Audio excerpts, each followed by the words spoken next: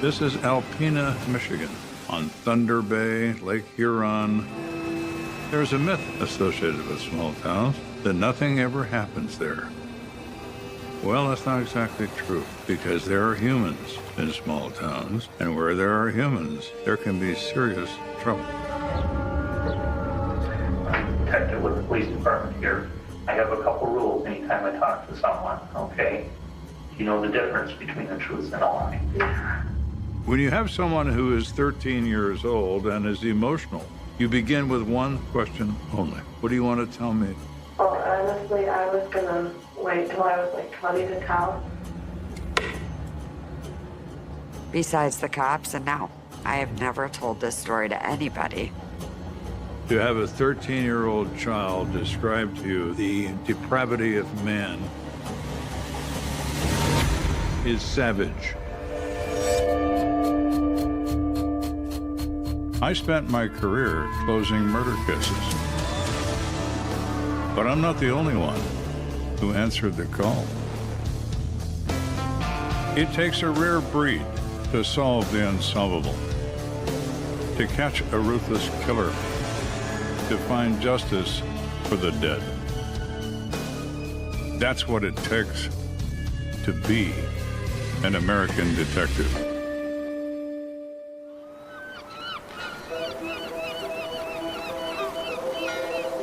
Today is April the 6th of 2008 in Alpena, Michigan.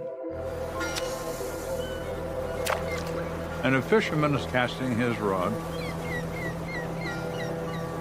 and he sees an object in the water, and it doesn't look right to him at all.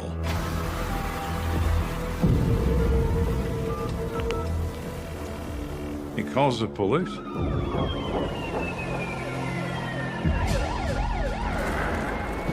They discover, to their horror, it is a human torso. A male from the waist up, no hips, no legs. Badly decomposed, obviously been in the water a long time. Dispatch, gotta page Lieutenant Thompson and get him down here immediately.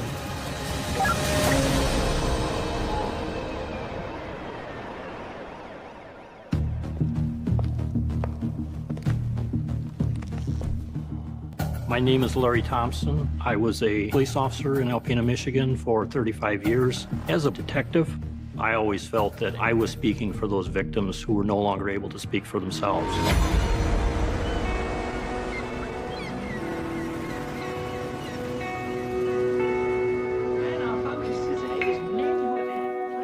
April 6, 2008 was a very defining day for me. Thompson. I was at home with my family. It was a weekend when the phone rang, and it was Central Dispatch. And the dispatcher said, a body's been located in the river. My mind started racing immediately. What do we have?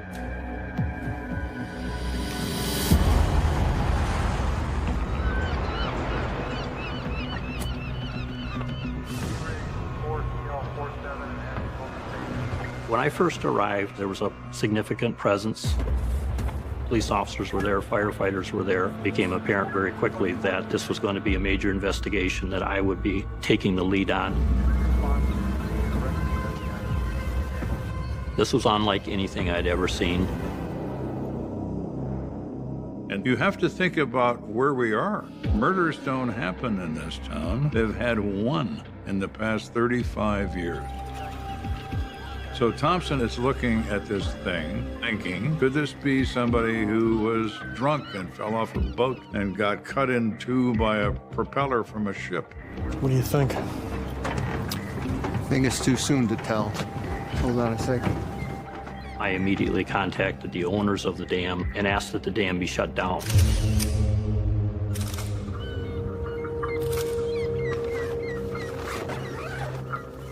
Officers were tasked with searching the shoreline.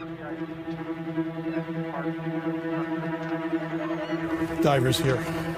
They asked for a dive team to search for the remainder of this body.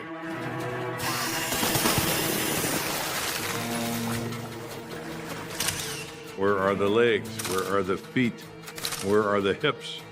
They search thoroughly in the pool near the dam and the surrounding area, and they find nothing. So what we have is a torso only, and it's most likely all we're ever going to have.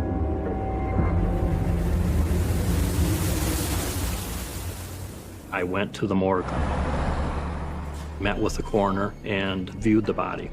You don't see this every day. Water does terrible things to human bodies, and the longer the body is in the water, the more damage occurs, to where it looks like something out of a horror film. There is no way to determine if there's any poisons or any alcohol or any drugs. There is no blood. The major organs have turned into a jelly. What Dr. Varani was able to determine was the lower portion of the body had been severed from the upper portion by some sort of what he called mechanical means. How did they come to be severed in two? A passing boat? The action of the dam itself that the body passed through? We don't know. But he also found puncture wounds in the chest area. So with the discovery of these wounds,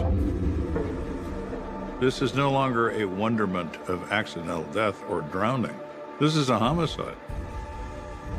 I had a lot more questions than I had answers. We had no idea who the person was. So you look for identifying marks or scars. And on the right bicep of the victim was a tattoo that was still clearly visible. It says Lori, L-O-R-I, a woman's name. That obviously became crucial in the identification of the victim. Any chance of getting prints on that? Dr. Varani was very quick to say that the fingerprints were probably going to be of very limited value simply because the body was so deteriorated. You stay in the water too long, the skin wrinkles. The same in a body that's been in water for a long time. The skin is wrinkled. So one of the techniques used by the coroner is to inject those fingertips with saline solution to get a rolled print off the finger. Call me when you find something. Sure.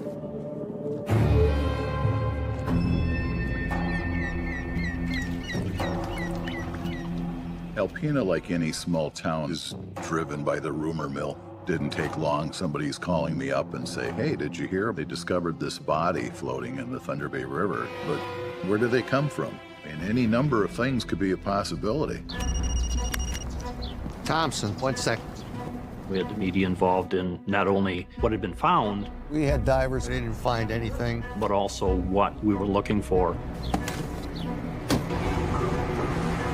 And as a result of that, we had tips coming in about missing persons. What about the tattoos? Thompson has the name Lori. My fellow officers and I were checking computer programs, looking for possible missing persons with tattoos to rule them out. Wait, what was that? He finds one particular report of a middle-aged guy who is missing, and he has a tattoo. So Thompson gets a little excited. Rose tattoo on right arm. We need Lori, not roses. I'm gonna call the harbor, get a list of all the boat rentals for the past few months. However, Thompson gets very lucky indeed Yeah, with the fingerprints. you're kidding. They identify this person, Jerry Holmes, and he's 47 years old. The positive identification of the victim from the lab was the biggest piece of news that we had. And that really then put our investigation in high gear. Who are you, Jerry Holmes? When were you last seen? Who were you with? Where are you supposed to be? Because you're certainly not there now. You're in the morgue. At least part of you is. The police in Alpena, Michigan, find a torso that has been stabbed with something a long time ago. Gerald Holmes. We started looking into his background and people that he might have been associated with. Wife's name, Lori Holmes. There's an address.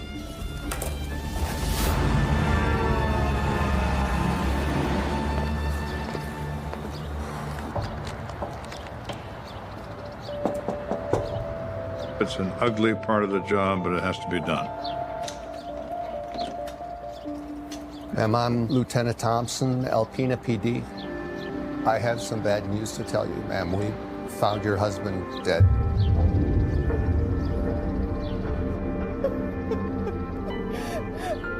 She became very emotional, crying. It takes over an hour to settle her down, to where he's finally able to talk to her about his victim, Jerry Holmes. Tell me a little about Jerry. Lori proceeds to say that they've been married for 9 years, that Jerry had been married before, that he had had children with other women. I'm Jerry's second oldest daughter. I was around like 9, 10 when my parents divorced. My dad, he was a big guy. Hunting, fishing, outdoors, he lived in it. He was just a nice guy. I remember the laughter when things were good. He loved being a dad. He was willing to help anybody. He loved to tell stories. He was a people person. The day that my mom told me that my dad's body was found, I was at work. Hands down, one of the worst days of my life. Jerry's always known how to make me feel special, and he's a great father to the kids. Lori says she has 4 children by another marriage, but Jerry is the father figure to those children. So Jerry came into my life when I was 5 or 6. I remember being in their wedding. He was a very big father figure.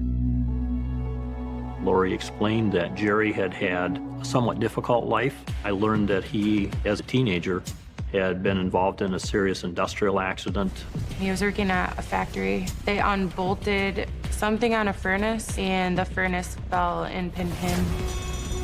He suffered horrible injuries to his bottom half. The doctors tried everything to save it and finally had to amputate the leg. After it was amputated, I think he still fought the demons of the pain. It changed him. That's when he first started turning to drugs, alcohol. Take a person like Jerry Holmes, put him 17 years old, provide him with a grievous injury, then provide him with painkillers, and he develops a taste for alcohol. It's part of him. Jerry, in many ways, was doomed and crushed by the injury that occurred to him, changing his entire pathway of his life. It's really sad. My dad went to AA, my mom went to Al-Anon. So as a family, we always worked towards my dad's sobriety. But the substance abuse led to their divorce. After he divorced, he was having a lot of issues with addiction. He had gotten in a car accident. He was court-ordered to a treatment facility in Alpena, Michigan, and that's where he met Lori. I remember my mom and Jerry's relationship being very good in the beginning. We went to church all the time, and my mom really liked that about Jerry, that for once he was a good man. There was a period in his life when he was clean, and he was sober for several years, and he was very, very, very proud of it. But he wasn't able to overcome it, and he turned to drugs again. I do remember a lot of times them arguing over substance abuse. Jerry has problems with substance abuse as a result of physical injury. Lori and he became more distant. Their marriage was not going well. I wanted to find out why there had not been a report of Jerry being missing. They got into frequent fights, and ultimately he had left the home. She had not seen him since late 2007. And now someone has taken that life, and Thompson's mission is to find out who that is. Was there somebody else? There's this girl, Hannah. Lori says the last time she saw Jerry, he was with a girl named Hannah Hoffman, who she describes as a friend of his, who also suffered some issues with drugs She did not believe that Jerry was romantically involved with Hannah Hoffman. How could I find Hannah? I can tell you a few places maybe you can look for her. Please. So that gives Thompson a place to go.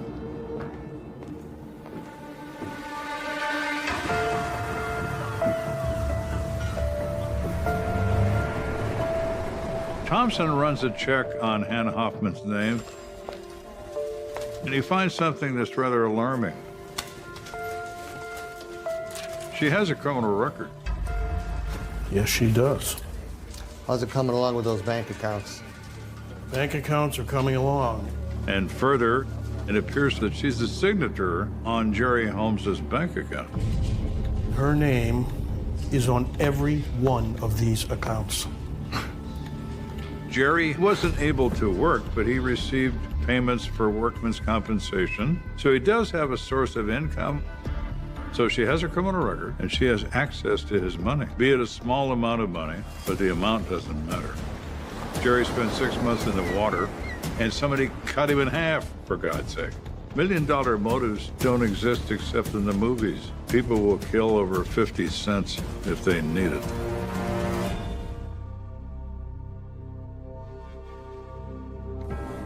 I think we've made a lot of breakthroughs. I think we just pick this up next week.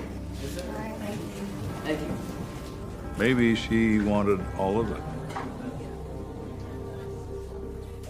Ms. Hoffman? Yeah. And the way to get all of it is to get rid of Jerry. Please sit down. How do you know Jerry? We both got pretty bad into the painkillers and alcohol. Hannah and Jerry Holmes often band together to try to help each other. She said he slept on her couch for a short period of time. He did not want to go back to Lori's home. And she actually went to help him get a place for Jerry to stay. This apartment, do you know how he paid for it? Yeah, he paid with cash. I took him to the bank myself. Is that when your name was placed in his account? And Thompson also discovered that Jerry himself requested the bank to put Hannah on his account in case he was unable to make a withdrawal, that she could do so on his behalf. Hannah produces a receipt. Thank you. The last time she took money out of the account was 6 months prior, and it was for $52 to pay a bill that he owed because he was unable to go to the bank. After speaking with Hannah, checking bank records, etc., we had pretty much ruled out any possible motive there. Everything Hannah has to say makes her come across as a friend and a caretaker of Jerry Holmes and not a potential killer. Do you know the address of this apartment? Yeah, I can write it down for you. Please. Thompson now has an apartment to search. Now that's significant. What might be in there that might lead him to someone responsible for this death? I contacted the owner of the apartment. Landlords can be good witnesses because they pay attention to people. What kind of person are they renting to? This is the apartment that Jerry Holmes rented from you. Yeah, it's the apartment. The landlord says Jerry Holmes actually never moved in. It's apparent that nobody ever lived there. Have you tried Sunrise Mission yet? He told me Jerry frequented the Sunrise Mission, Sunrise Drive. which basically provides a service allowing for individuals to stay temporarily, helps them look for work, etc. The landlord suggested to Thompson Jerry was there a lot. Thompson responds to that shelter. He starts asking around. Either of you know this man? Everybody does know Jerry. Everybody liked Jerry. You should talk to Ben.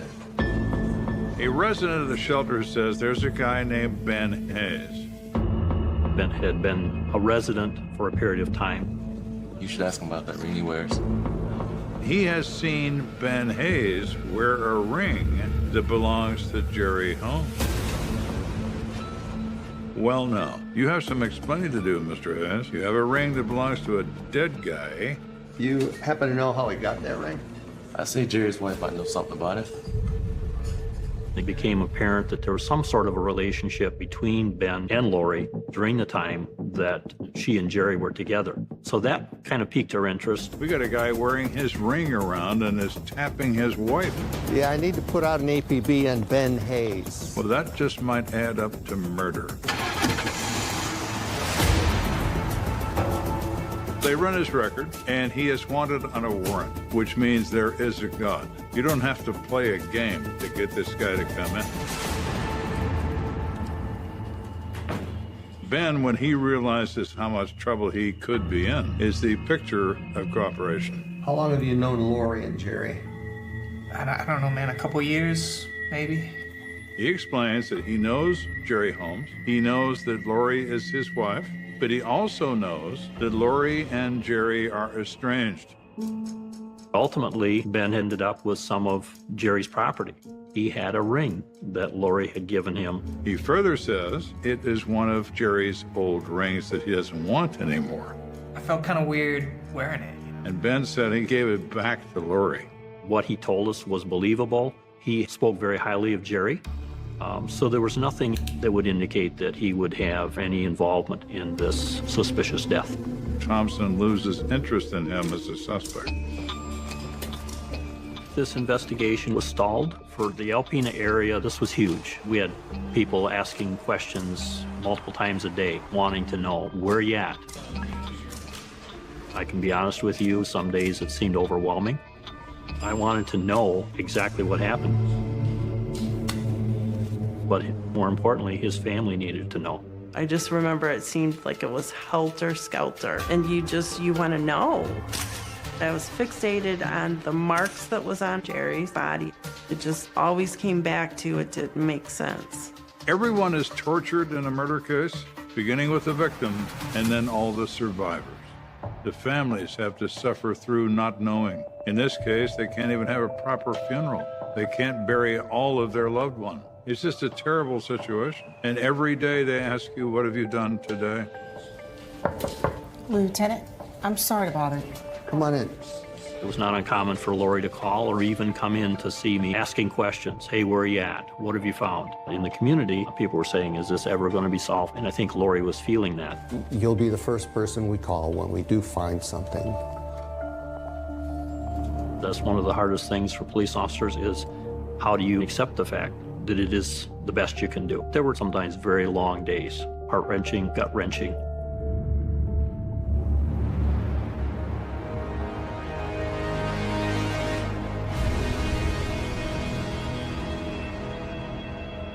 On the morning of August 24th, 2009, over a year since Jerry Holmes was pulled out of the water near the dam.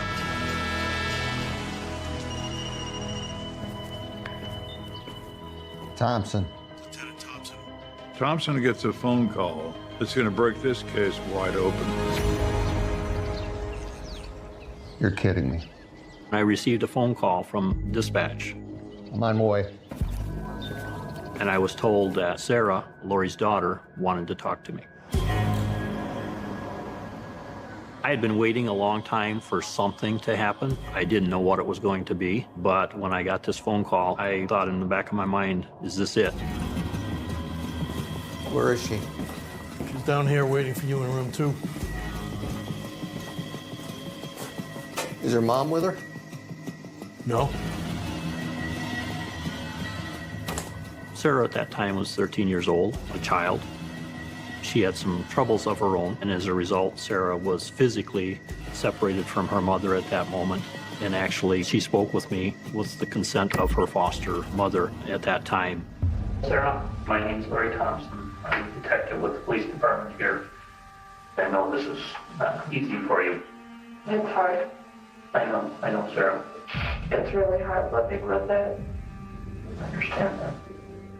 Sarah had shared with me during that conversation, this was something that she had thought previously that she could take to her grave, but she had come to the realization that she had to tell someone.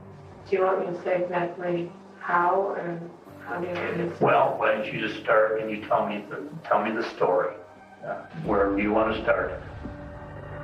But now she's willing to say, because she's probably always known. I told the detective that I knew who killed Jerry. Well, my. Besides the cops and now I have never told this story to anybody. Honestly, I think I decided to do this interview because Jerry's story needs to be told. Jerry deserves justice, and my story needs to be told. I think we all deserve some closure, and I'm really hoping that that's what this gives me.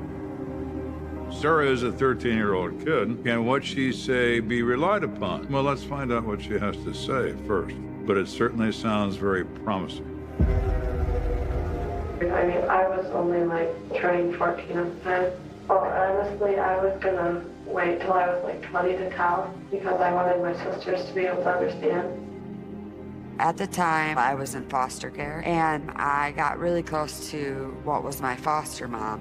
And it wasn't until one day I finally asked her if I told her something that she had to promise me she would never tell or I would kill myself. And she told me that she wouldn't. And all I had told her at the time was that I knew who killed Jerry. When you have someone who is 13 years old and is emotional, you have to approach them as an understanding person. Let them do all the talking initially. Let them say what they're going to say. Then you can always question them later about what they did say. But let them say it first. Don't interrupt them. Don't stop them, because if you do, they may just stop. Let her tell you. Me and my mom were really close at the time, and I was sleeping on the couch, and it was about 3 o'clock in the morning. My mom woke me up. Sarah shared with me very openly. Lori had actually awakened her in the middle of the night.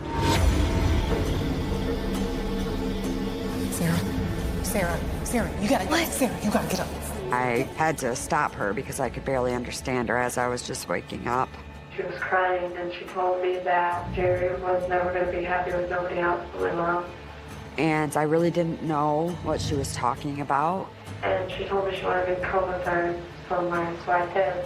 She had asked me to come with her to the basement.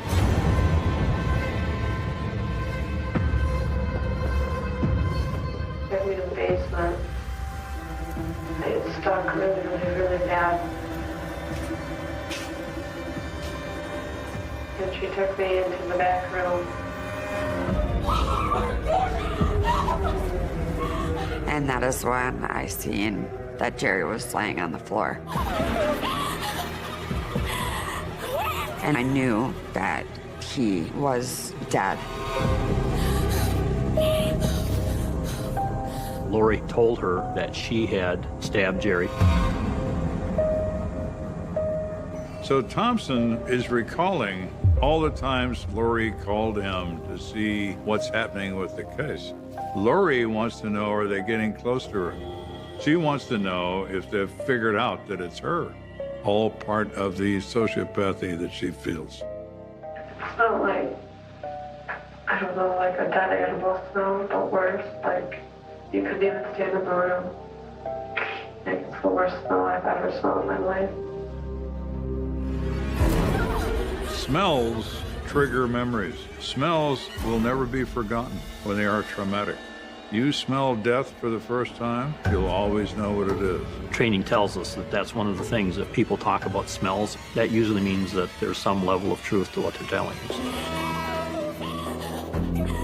I was crying, and she talked to me and she made me promise that I would never tell nobody. My mom, she asked for help. She needed help. She didn't know how she was going to take care of it, how she was going to lift it.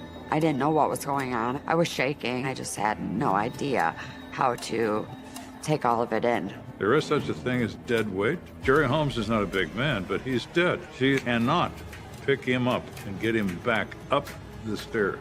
Can't do it. My mom said that she needed help to move the body to the truck so she could go put him somewhere. And I said, no, I couldn't touch him. What kind of psychotic mind would ask for aid in moving a dead person from their 13-year-old daughter who believes that dead person is her father figure? How much of a sociopath do you have to be to disregard the feelings of others? I need something from you. I don't care about you. You have to help me. You're my daughter. My mom did threaten me that if I told anybody that the same would happen to me. Were you afraid of her? Everybody was afraid of my mom.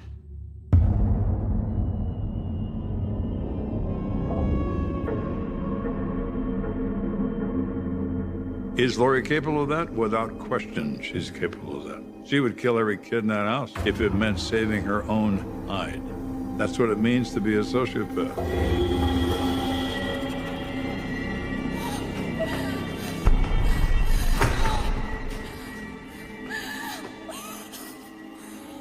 So I got up the stairs.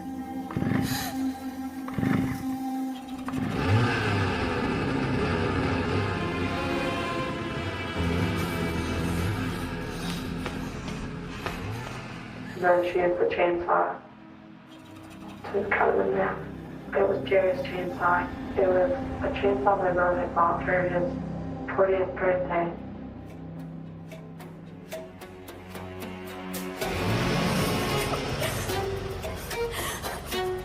Sarah hides under the covers upstairs as any kid would do. Mommy Dearest has decided if she cuts this guy into 2 pieces, she can handle the pieces. Dr. Varani had verified that the body had been cut in half with some sort of a mechanism. Would a saw be a mechanism? It certainly would. My mom had went and bought a lot of chemicals. Bleach and Pine Sol were the main things I remember. And she was down there for hours, if not days, just cleaning, mopping every single room down there. She told me that she dumped Jerry in the water. I was having difficulty keeping my emotions in check during the conversation simply because of what I was hearing. For a 13-year-old telling me what happened, Sarah did a great job of explaining things. This conversation I was having with Sarah was very emotional for me. They had to go back later and review the videotape just to be sure I heard what I heard. She had cut him in half and put the top half in the water because it would decay. And she had put the leg and his authentic leg into a dumpster. And she made me promise that I would never tell nobody, and that she would kill herself if anybody ever found out.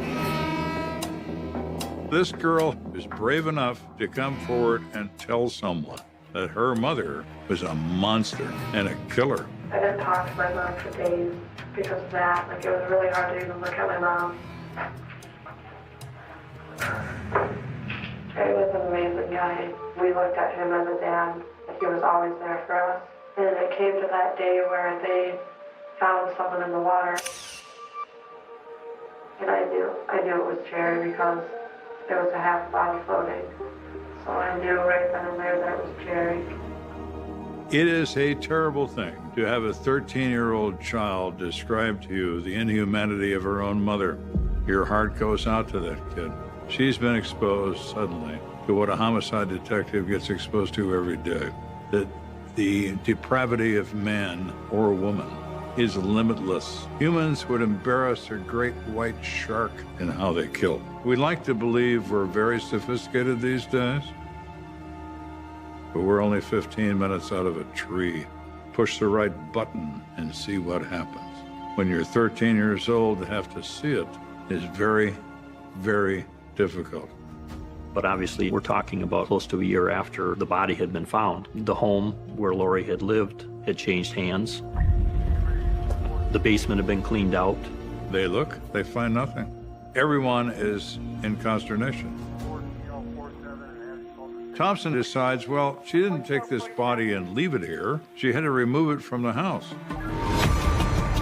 Well, there's a truck that Lori drives. They have a warrant seeking physical evidence of murder. That includes the truck. They take it back to police laboratory. And another of those aha moments.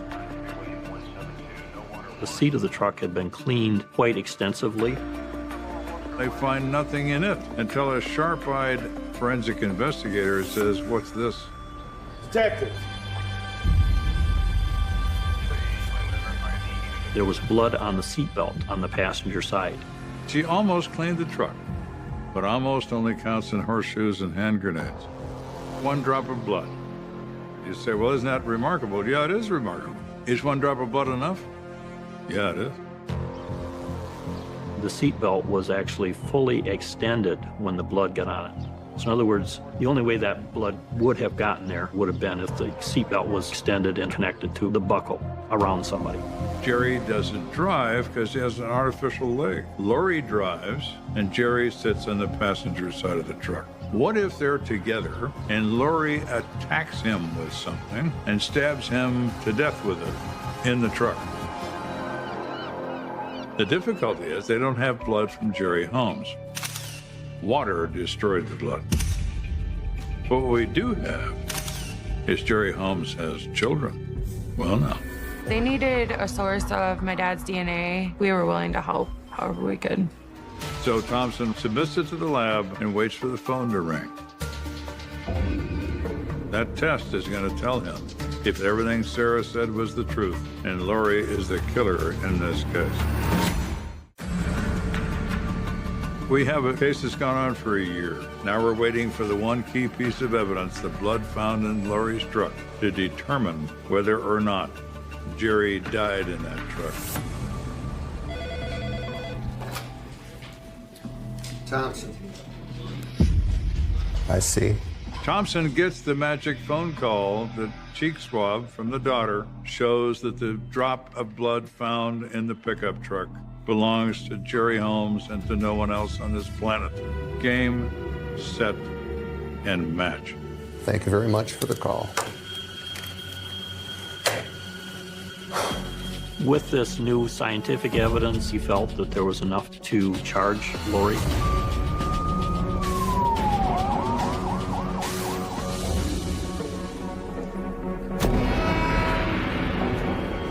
She was arrested for murder. I really want to share some things with you guys, but I was also advised not to say anything to you guys until I talk to my lawyer. So she basically shut us down. Everybody was preparing for a trial, and I was scared to face her. I couldn't wait for the trial. I had so much rage in me. It was relieving and both just infuriating at the same time. We knew she was absolutely screwed when it came to being in front of a jury. I know some of the concerns were she might get charged with a lesser charge. I wanted to see everything thrown at her. Any murder case, it takes 1 to 2 years and sometimes more to get into a courtroom. In the case of Lori, she decides it's probably in her interest to plead guilty, and she does. She pleads guilty to murder.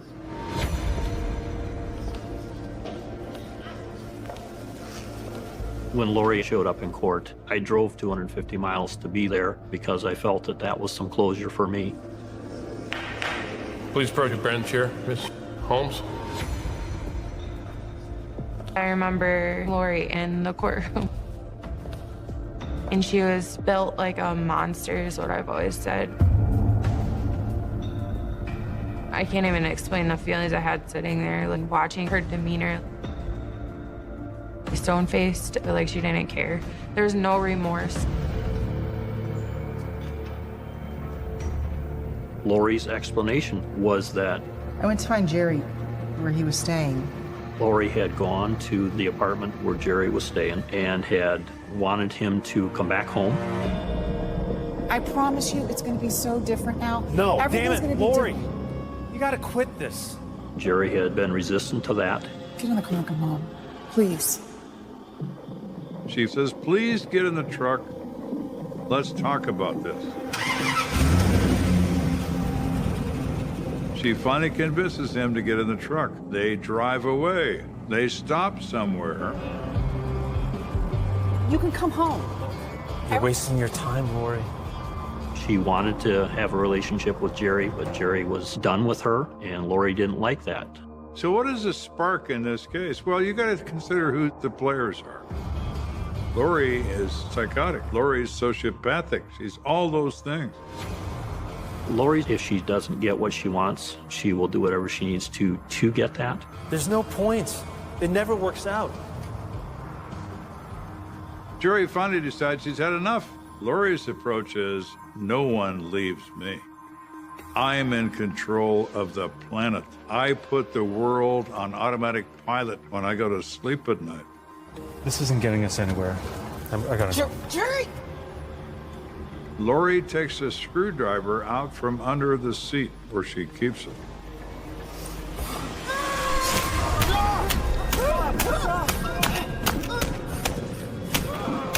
And proceeds to stab Jerry in the abdomen multiple times, thus your shafted weapon.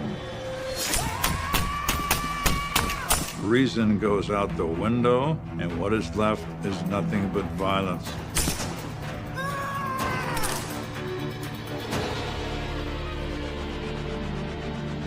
A relatively helpless guy can be easily attacked by a woman, particularly by a banshee like Lori, who's absolutely out of control.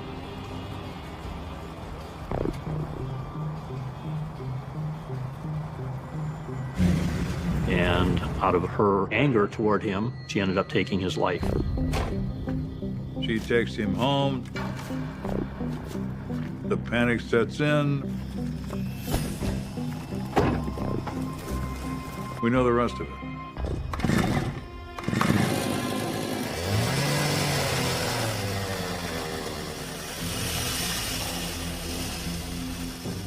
She basically admitted to stabbing him, but never admitted that she had dismembered the body, how she had disposed of the body or anything. So we, to this day, don't know exactly other than what she told Sarah.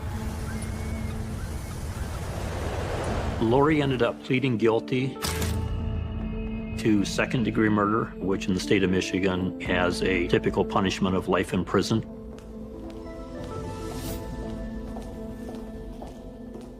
I think that the work that the department did was great.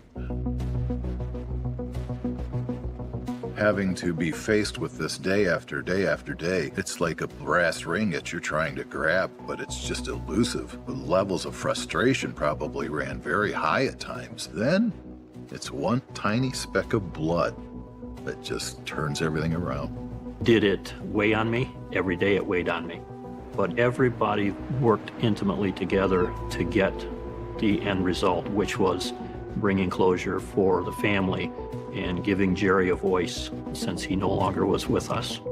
When I came forward and I talked to Larry, I did feel, a weight off my shoulders. I felt like this might save me, but at the same time, I was scared to death. And I almost wondered if they were even going to believe something like this. But I think the most thing that made an impact is the fact that I held it for so long. And it helped that Larry made me feel comfortable. And he kept reminding me that I didn't do anything wrong because I felt like I did everything wrong by holding this in for so long. It's a terrible, terrible thing for the survivors. Sarah loses her mother to a prison and her stepfather to a grave. These are things that people don't forget. These are things they suffer from all their lives. All the suffering, both sides of the family, go on and on. Terrible thing, always a terrible thing. I don't think that I'm ever going to forgive her for what she did. Because she destroyed me at such a young age. And it's not like I can just look at someone and talk to them like they've been through what I have. I actually posted a status not that long ago because I'm not just a story. I'm a human being and I have feelings. And I got through this. That's more than I could ever be thankful for because I never thought I was going to be able to get through it. I hope that Sarah's able to break the chain of her family's tragedies. What Sarah did at such a young age was probably the bravest thing I've ever heard or seen anybody do. Like, my heart breaks for everything she went through. And I'm just so thankful for her. I think of him often, and I miss him. I think he'd be proud of what his children have done. Jerry'd be very proud of all his kids. This has just absolutely wrecked my family. My dad was just a nice person. Too nice, clearly. and just somebody that suffered from a lot of trauma himself. But no matter how bad my dad was doing, we always loved him. He was our dad. It's just really hard knowing that someone else took that all away from us. Lori believes she destroyed the evidence. She did. A great deal of it, just not all of it. One drop of blood put her inside a steel box, which is where she belongs. Human beings are strange creatures. They kill for the most ridiculous reasons you could ever imagine. My. You look at a situation like this, and you have to wonder if there is anything left of the human soul. I tell you, I have seen it all in my time, but this one makes your blood run cold. You have to be kidding me, you think to yourself. You sit there, looking at the wreckage of a life, and you realize that some people walk among us not as flesh and blood, but as predators wearing human skin. Let me take you back to the late 1980. A family is ripped apart. A mother passes away, leaving a father. A man who served his country in Vietnam and spent his life as a firefighter and a paramedic, trying to hold his world together. He was a protector. He loved his children. He was a good man. And then he meets her. A woman with a scar, a woman who seemingly filled a void. He did not see the scar on her face. He saw a person he thought he could love. He invited her into his home, into his life, and into the lives of his 3 small children. He made her their mother. He trusted her. That was his fatal mistake. You have to understand, when a person closes the door at night, nobody knows what goes on inside. For years, the silence of that home was broken only by screaming matches and verbal abuse. He was a man who wanted out.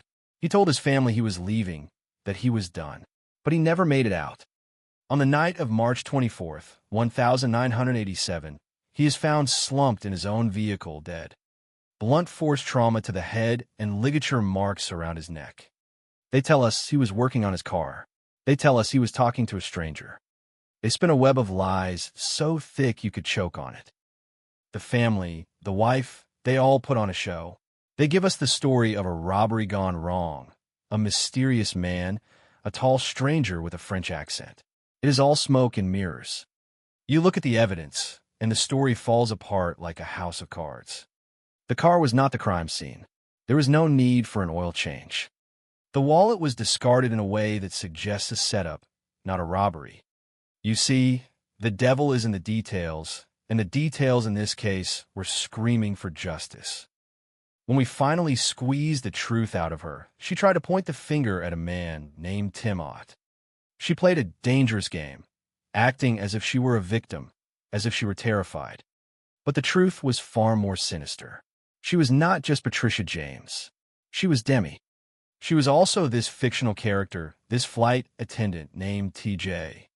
She had created an entire reality to manipulate Tim Ott into doing her dirty work. She convinced this man that her husband was a monster, a child molester, a man who needed to be removed from the earth. And Tim Ott? He followed her lead. They plotted in the shadows, discussing poison, discussing guns, until they settled on a baseball bat and a wire in the bedroom of an apartment. Think about that. She was a master of deception. She used her own children in her scams, pretending one was deaf to squeeze money out of churches. She isolated those kids, kept them from the world, kept them from their own grandparents. She was a puppeteer, and everyone in her orbit was a string she pulled until it snapped. She didn't just murder a man. She murdered a family, a legacy, and the trust that holds society together. When we finally laid it all out, the confession from Tim Ott, the blood we found with luminol in his apartment, it all became clear. She was the architect. She was the one who pulled the strings. She stood there, pretending to be a grieving wife, all while she was the monster in the closet. You see, evil does not always look like a demon in a movie. Sometimes, evil wears a smile, it wears a scar, and it looks you right in the eye while it tells you a lie. She was a con artist, and for her, human life was just another currency to be spent. I've seen many things, but to see someone treat the life of a man who saved others for a living as nothing more than a pawn in a twisted game of make-believe, that, my friend, is a darkness that stays with you long after the lights go out. Human beings are strange creatures. They commit the most senseless acts, driven by motives so pathetic, so utterly hollow, that you would have to be kidding me if you thought they were born from anything resembling logic. I have walked through the crime scenes of the worst of them, and I tell you, it never gets easier to stomach the sheer incompetence of the guilty. This is the case of Christopher Cole Thomas, a young man who was essentially a casualty of a world he did not belong to, snuffed out not by some grand design, but by the frantic, clumsy, and cowardly choices of men who were terrified of their own shadows. My, what a mess they made. Consider the players. You had Christopher Cole Thomas, a 22-year-old kid, brilliant, salutatorian, a young man with a compass pointed toward a life in medicine, derailed by the mundane, soul-crushing fatigue of early adulthood. He took a detour, a construction job in Minnesota, and found himself in a car with two men, Julian Valles Jr. and Jeremy Carpenter. These two were not friends. They were acquaintances of convenience, and they were, by all accounts, not traveling to North Carolina for the scenery or the turkey. They were on a fool's errand to acquire methamphetamine. You have to be kidding me. You drive across the country for poison, and you bring a bright young man along as your driver? The arrogance is suffocating. When they arrived in North Carolina and met up with their suppliers, Rodolfo De Leon Jr. and Anthony James Jr., things went south. They always do.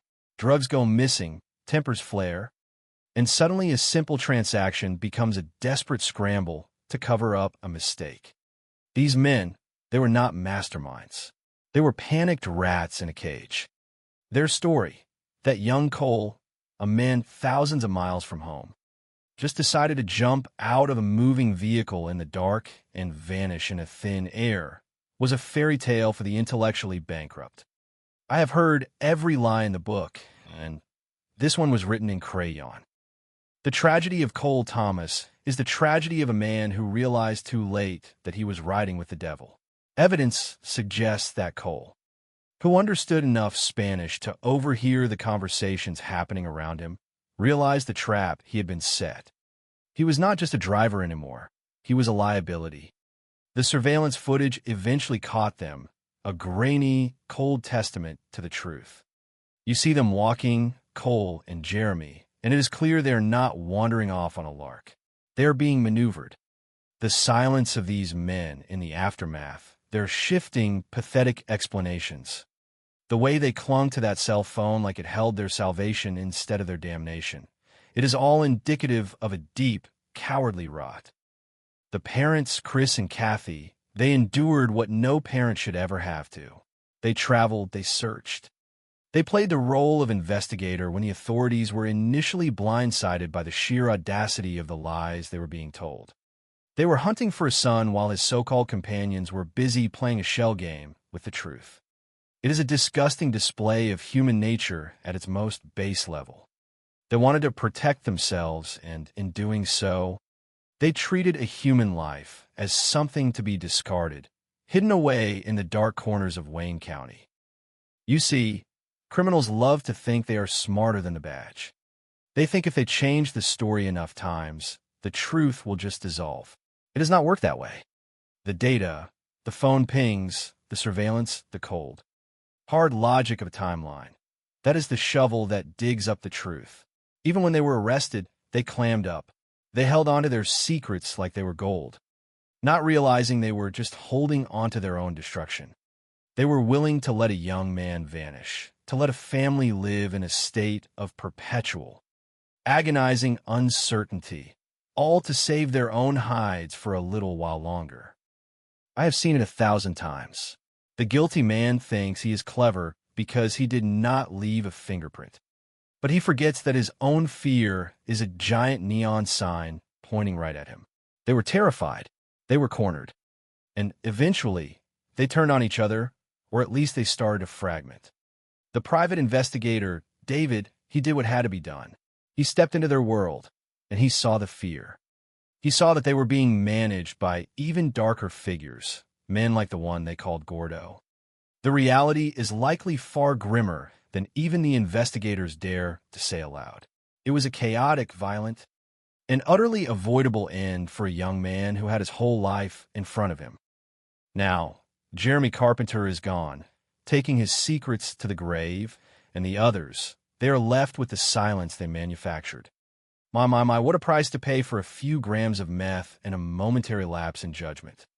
You have to be kidding me if you think you can bury a soul that deep and never have it haunt you.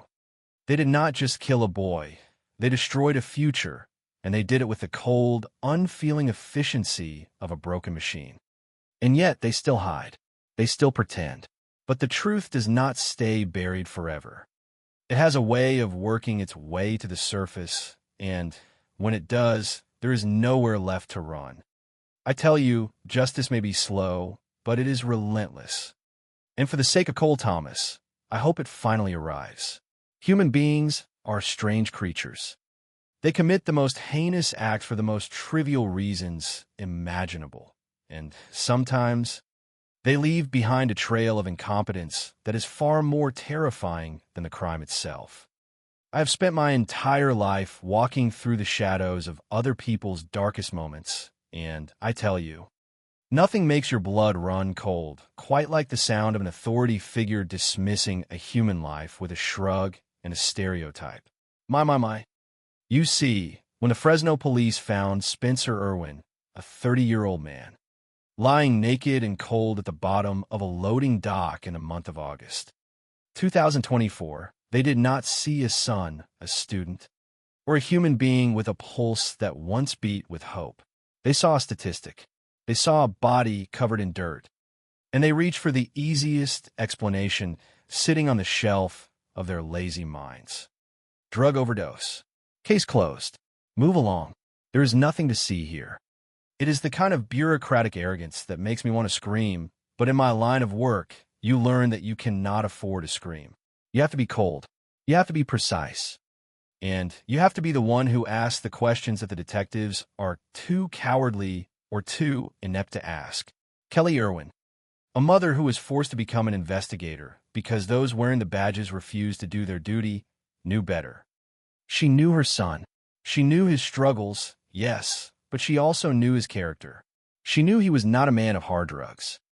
And she certainly knew that he would not simply walk 4 miles to a dark, industrial loading dock, strip off his clothes, and pass away for no reason. It does not make sense. It defies logic. And in this business, when a logic fails, you're looking at a lie.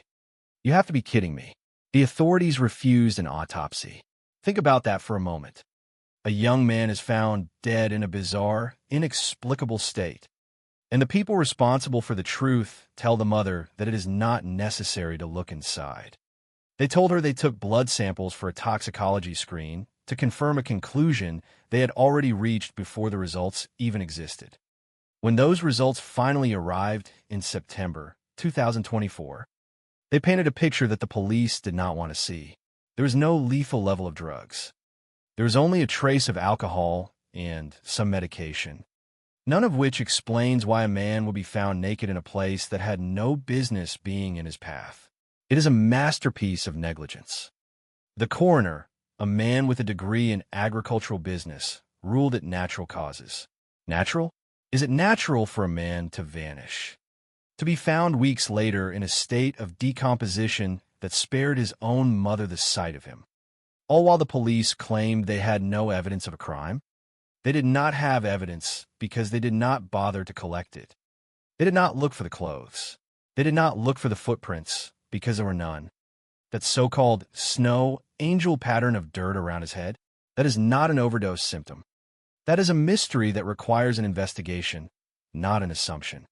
Every time Kelly pushed back, every time she brought them evidence of a car, a white Kia Soul that appeared on surveillance footage in the dark of night, or the suspicious presence of an acquaintance named Angel who lied about where he was, they treated her like an annoyance. They gaslight a grieving mother, telling her to let it go, to be glad he was no longer struggling with his addiction. Can you imagine the sheer cruelty of telling a mother that her son's death is a blessing? My. The internal struggle of a victim like Spencer, who spent his short life trying to lift up the homeless, trying to be a light in the darkness for others, stands in stark contrast to the darkness that surrounded him in those final, lonely hours. He was a man of empathy in a world that, in the end, showed him none. He deserved better. He deserved a proper look at his neck, where witnesses saw marks that suggest something far more sinister than a cardiac event.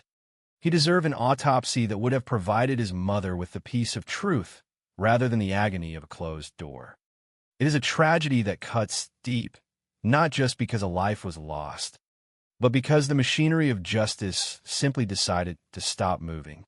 If you think this is an isolated incident, I tell you, you are living in a dream world. The truth is out there, buried under layers of laziness and apathy. And it takes a heart as relentless as Kelly Irwin's to even begin to scrape away the surface. We're talking about a young man, a student, a human being who was discarded like trash. And it is our collective duty to remember that behind every file, every report, and every case marked as closed, there is a story that refuses to stay buried. You have to keep pushing. You have to keep demanding the truth. Because if we do not, who will? I have seen the worst of what people can do, but I have also seen the strength of a mother's love. And I tell you, that is the only thing that can truly bring a ghost back to light. Stay vigilant, because the truth does not expire. And sometimes, the only thing standing between a tragedy and a revelation is one person who refuses to accept a lie. Human beings are strange creatures. They kill for the most ridiculous reasons you could ever imagine. Some trade the life of another for a handful of loose change, for a delusional fantasy of love, or for a vile, selfish greed hidden beneath the facade of a happy family. I am Joe Kenda. I have witnessed far too much of the darkness in humanity, yet every time I face a murder case, I am still struck by the cold-blooded ways in which people treat one another. This time, the story unfolds in a peaceful community called Stanton in the state of Missouri, a small town located along the 44th Interstate, tucked away among rolling farmlands and woods in Franklin County. It was there, just after 9 o'clock at night on the 22nd of October in the year 1992, when a motorist spotted a blaze in the distance. When he walked through a small patch of woods to investigate, he was met with the sight of a vehicle burning intensely in the middle of a field. The fire department arrived within minutes, and as they doused the flames, they made a gruesome discovery. Inside the truck, in the front passenger seat, lay a body scorched beyond recognition, leaving nothing but skeletal remains and dental evidence. The perpetrators had tried to burn away their sins, even removing the license plates to stall the investigation. But those fools forgot one thing. The vehicle identification number etched onto the frame remained intact. That little detail led us straight to the home of Karen and Danny Coleman in St. Louis. My. When investigators arrived at that home at 2:30 in the morning, they found Karen Coleman and her 18-year-old son, Joby. They told us Danny was not home. When detectives presented the scorched personal items recovered from the scene, including a gold chain, a ring, a watch, and a hunting belt buckle, the family broke down in tears and identified them as belonging to Danny. The clincher was a metal rod found in the victim's leg, a surgical pin from a motorcycle accident Danny had suffered while serving in the military. Danny Coleman, 38 years old, was a mechanical engineer, a man with a big heart and a kind, easygoing disposition. He was a straight-arrow individual who worked hard to ensure his family never wanted for anything. His wife, Karen, looked us in the eye and swore they were a loving, happily married couple. But Dr. Mary Case, the medical examiner, discovered something horrific during the autopsy. The victim had not just been burned. He had been beaten to death with a blunt instrument, likely something like a baseball bat. This was no accident. It was a calculated, cold-blooded execution. I tell you, Lies cannot hold up forever. At the scene, we found a matchbook covered in cellophane that had been used to ignite the fire.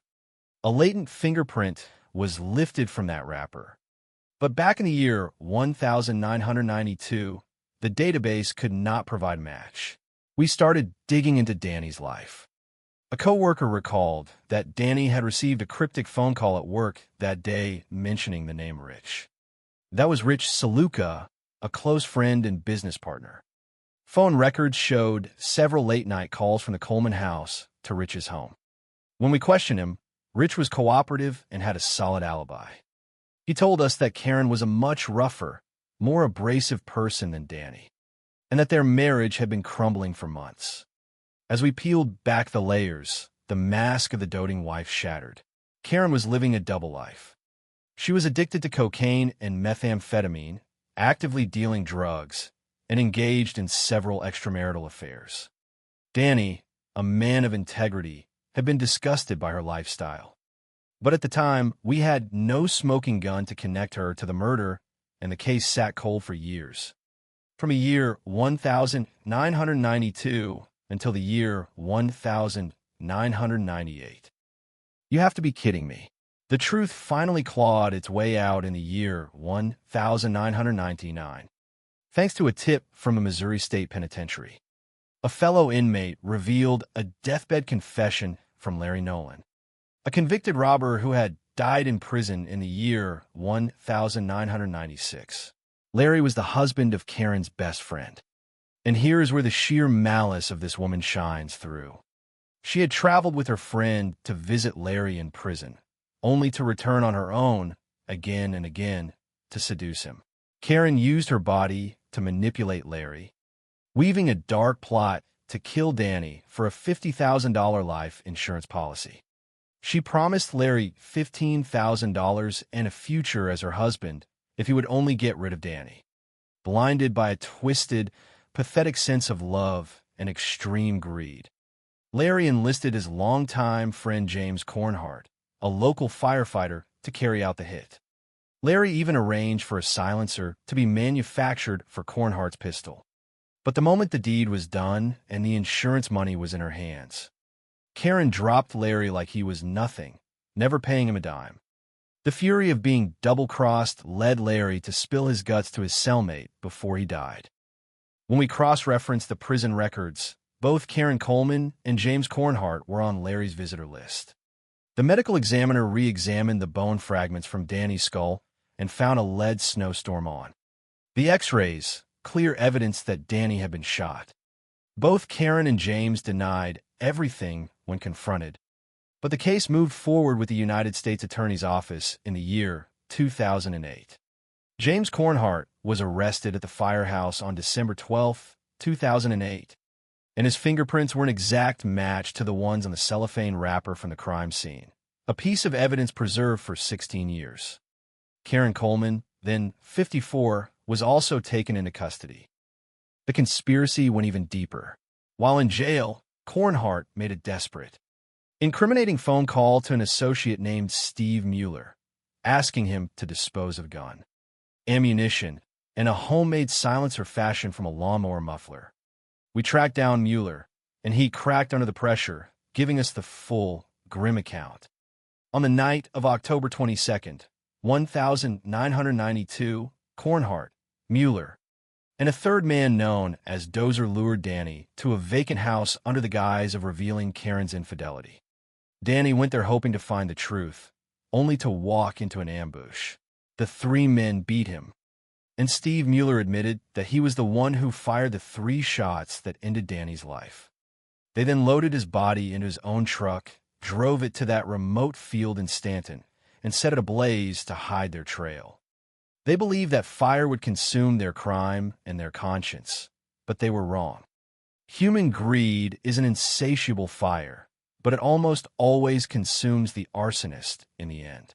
Danny Coleman was a good man who deserved better, and while his life was stolen by those he trusted most, the truth finally brought his killers to justice. Memories are the treasures they hold most dear. A photograph on the mantle, a video on the phone, a favorite dish served during a holiday meal. These are the small, quiet reminders that bring him back to them, if only for a moment. They don't need much, a simple gesture, a shared look, a familiar phrase, and suddenly he is there, the big brother with the ready laugh and the generous heart.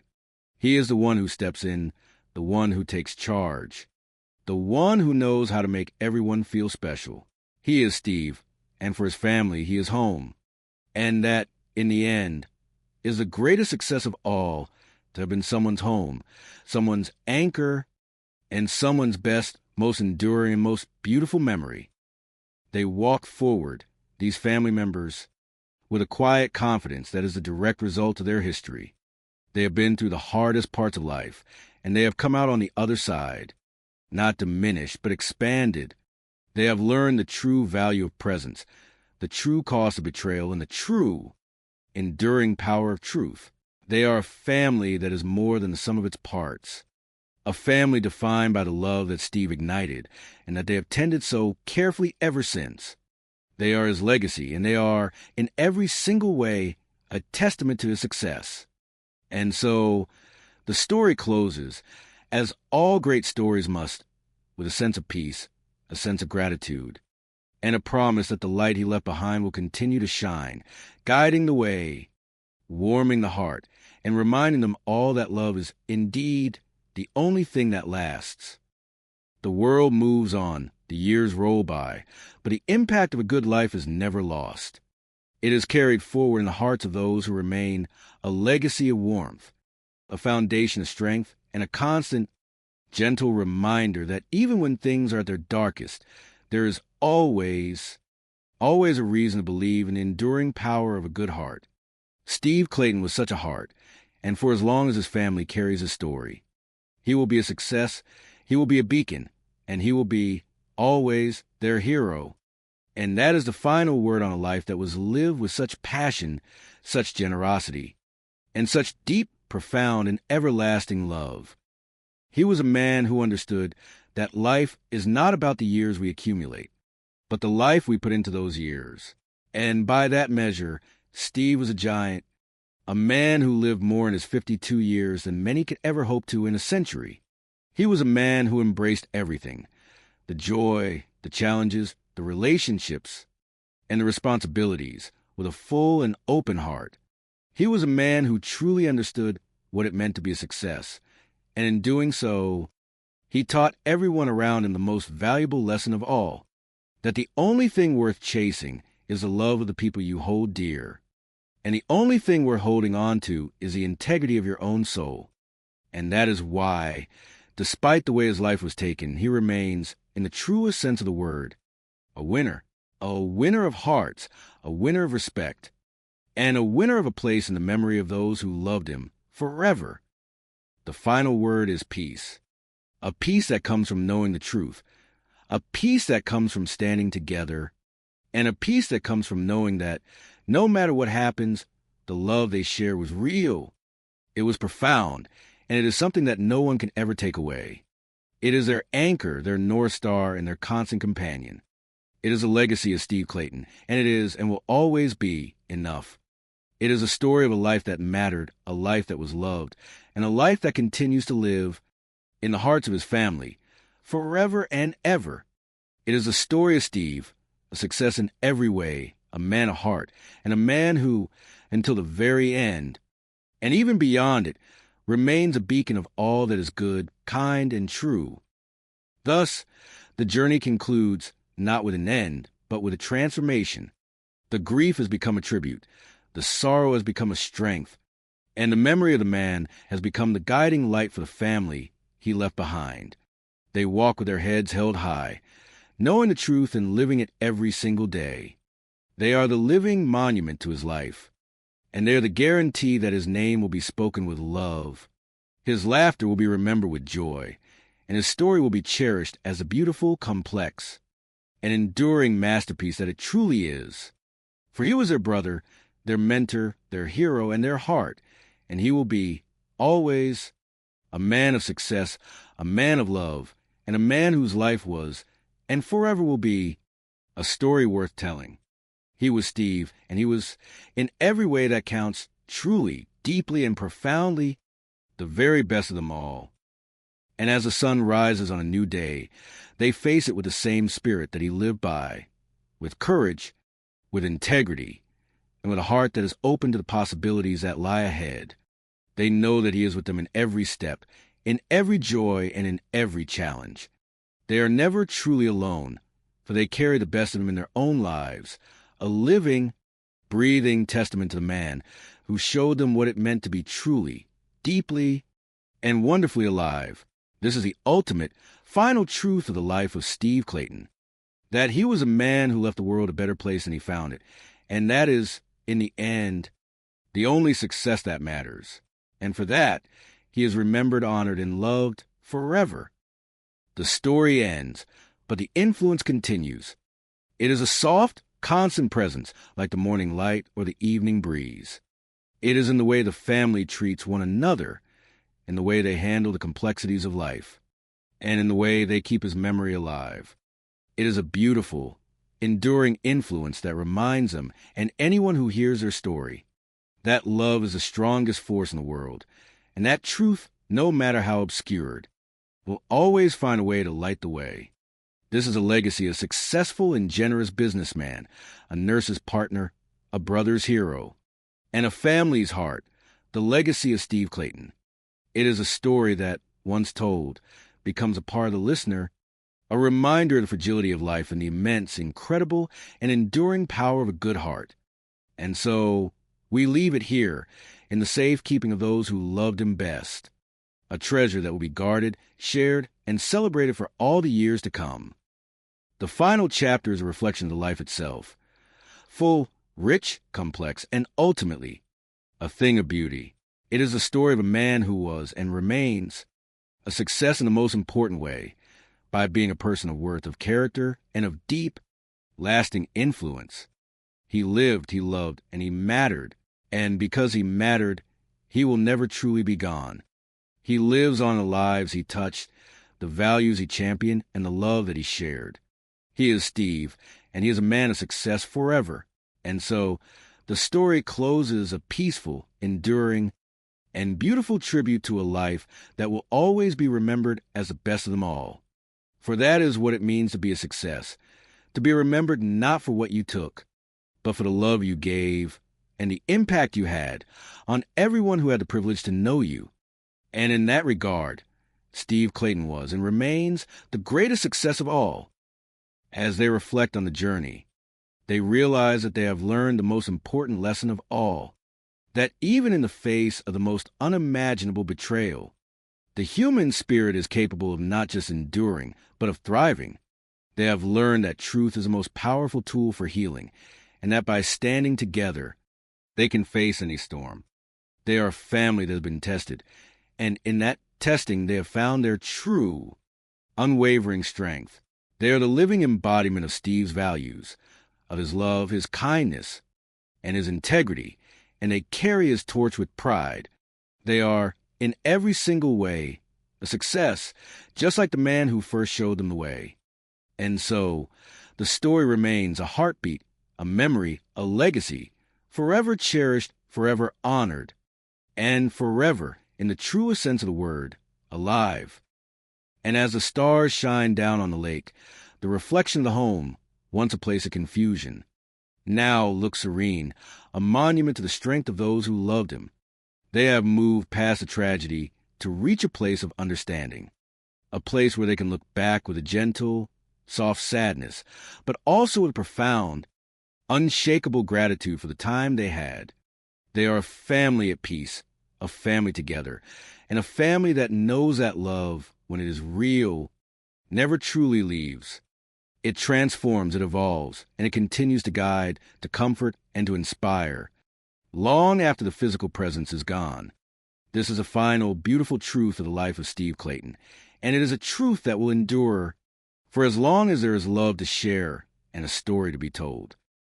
The story is told, the lesson is learned, and the light remains.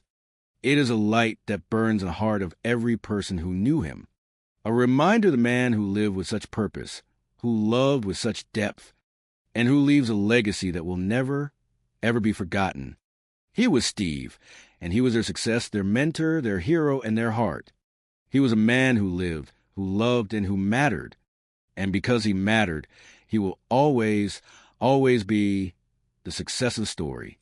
And so we close the book, but the story goes on, written in the lives of those who carry his love. And it is a story that will never, ever end.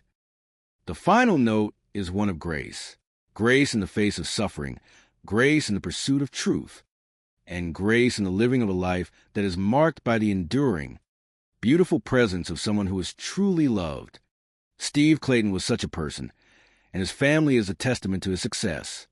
He is remembered as a man of heart, a man of character, and a man who, until the end, and even beyond, remains a source of light, of comfort, and of inspiration for all who had the honor to know him, and that, in the truest and most important sense of the word, is what it means to be a success that is not measured in years, but in the love that continues to live long after the story is told. And so it is told, and so it is remembered, and so it lives forever. In the end, the family finds that they don't look for him in the house or in the things he left behind, but in the way they look at the world. They find him in the kindness of a stranger, in the beauty of a sunset over the lake, in the laughter of the children who remember his voice. They find him in the strength of their own convictions, in the power of their shared memories, and in the enduring, unwavering knowledge that they were part of something real, something deep, and something that will never be lost. They have found that he is everywhere, in the air and the light, and in the very fiber of their being. And that is the final success, the ultimate victory, and the most beautiful conclusion of a story that will always be, in every way that counts, a story of a life well lived, a life well loved, and a life that will always, always be a part of their own.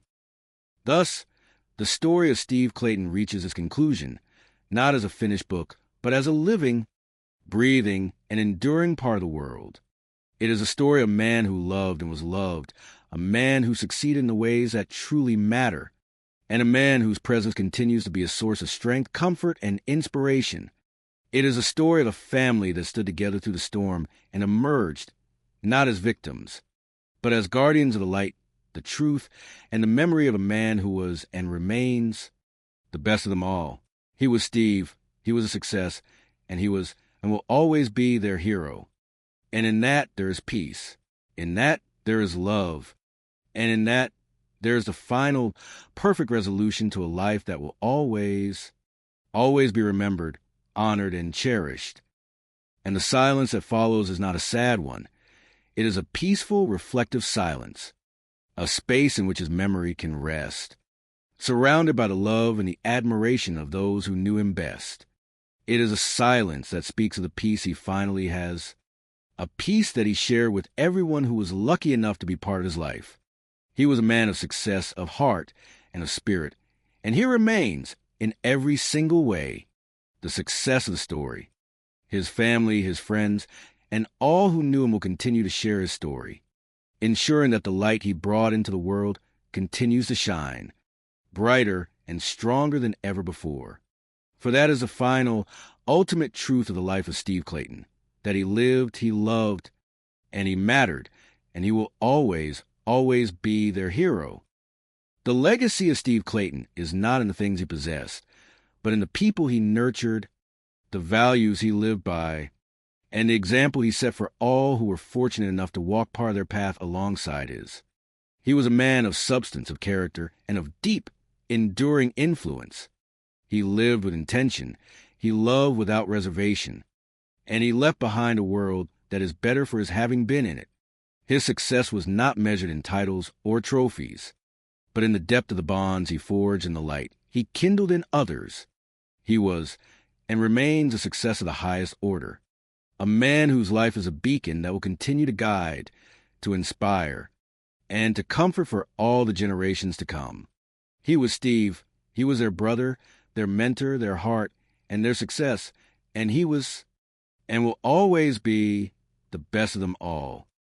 And as the final page of this story turns, It is clear that Steve's journey was not defined by its end, but by the love that propelled him forward every single day.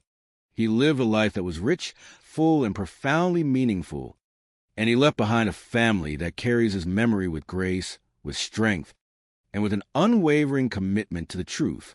They are his enduring legacy, the living, breathing proof of a life that was lived well and loved deeply.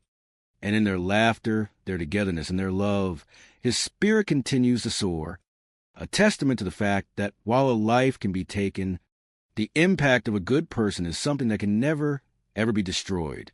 He was a success, he was their light, and he was and will always be their hero.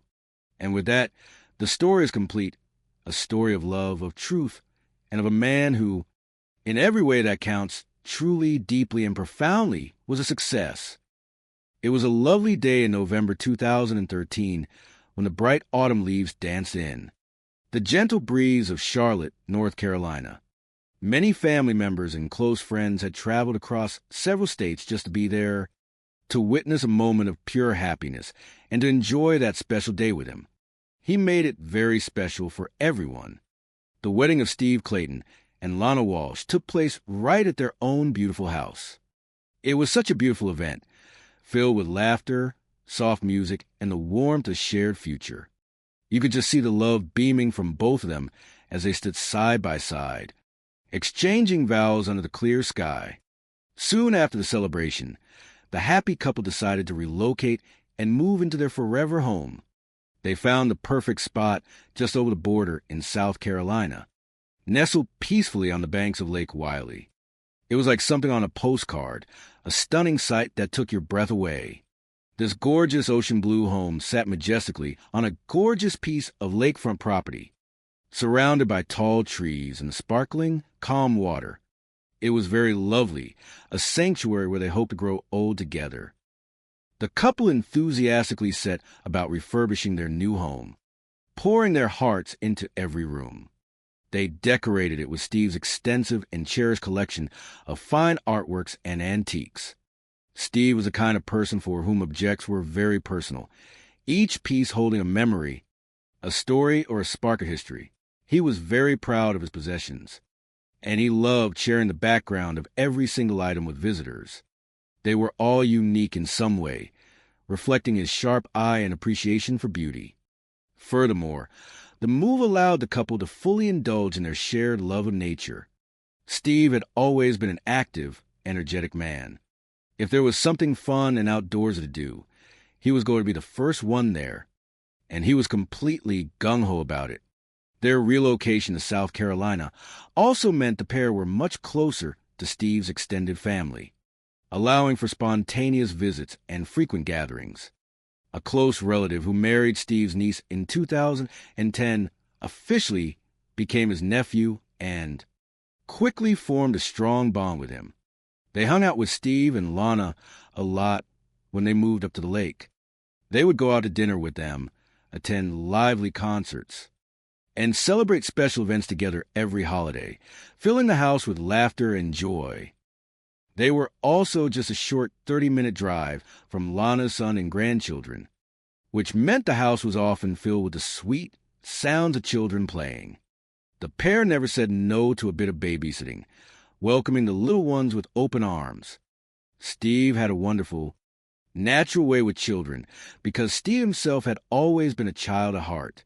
He was the kind of guy who would instantly get down on the floor and play with the kids for hours, laughing just as loud as they did. "Pop goes the weasel," he would shout, playing games and chasing them around the spacious living room. With the kids around, there was never a dull moment in the Clayton household. Lana would often film these precious moments on her phone. In one video, Lana filmed Steve attempting to describe the limbo while her twin granddaughters watched with wide eyes. "We will make Papa do it," she says with chuckle. Steve smiles and explains, "So there's a stick, and I have to go like that, and I have to go under the stick, and I have to get real low to get under the stick. It is a game. It is a dance. These are dances. You have to tell me how to act it out." Lana is completely tickled by his enthusiasm. But the young twins are far more interested in their melting ice cream. giggling at their grandfather's funny movements. Steve truly enjoyed playing all kinds of games with his family, whether it was a competitive game of Scrabble or even a silly child's game that required getting messy. In another video, he sits with the children, teasing them. You want me to get in, don't you? You do, don't you? Just spin the spinner, and then turn the handles many times. Someone says, 2, Steve count aloud, and put your head in the thing. Put your chin on the thing. Okay, letters A, E, D, F, spin it forward. Both of them, or one. Both of them, comes the eager reply. Steve was a huge teddy bear, a man of large stature, but an even larger heart. The children absolutely loved to play with him, and he always had kids hanging on him, climbing his shoulders, and asking for one more game. What number did you get? 3, they would shout, and Lana was always game for some fun, too, capturing the smiles and joining in the light-hearted family moments. Oh no, it is coming up. It does it every time. Here it comes, cheers. 5 years into their marriage, Steve and Lana appear to be thriving in every possible way, living a life of comfort and mutual affection by the lake. But in June 2018, the bright skies over their home darkened when Steve suddenly fell ill. It began unexpectedly. He said he felt incredibly dizzy, complaining of severe vertigo that made the world spin around him. He said that his ear hurt and that he felt nauseous, losing his balance completely. He started getting sick in the yard while trying to tend to his plants, and those who saw him felt real bad for him. His family knew that he had had some issues with vertigo prior to this, but it had never been this debilitating. Steve himself said he'd been very ill and did not know exactly what was wrong with his body. He just remembered that he was working out in the garden, enjoying the warm weather, and suddenly he started to feel dizzy, a little nauseous, and a sharp headache flared up. He thought that maybe he had simply gotten sunstroke from spending too much time under the direct sun. In a quiet moment, someone asked him, "You okay?" "Yeah," he replied weakly, trying to brush it off with his usual strength. As a trained nurse with years of professional experience, Lana thought the best thing for Steve was complete bed rest, advising him to sleep it off. Steve later mentioned to his family that he remembered laying down on the bed, and the next time he opened his eyes, 36 hours had passed. Worried about the severity of this episode, Steve's sister Rosie called Lana to see if she could explain Steve's mystery illness and provide an update. Rosie asked her what she thought was going on because it is very odd for any person of any age to completely lose 36 hours of time to sleep. Lana reassured her, saying that he was fine, that she was watching him closely, and that she was making sure he was okay. Though he had never been ill like this before, Lana maintained that Steve was just completely exhausted from his active lifestyle and his constant outdoor projects. Rosie felt reassured that Lana was there to take care of him in any way that she could, especially with her extensive knowledge as a professional nurse.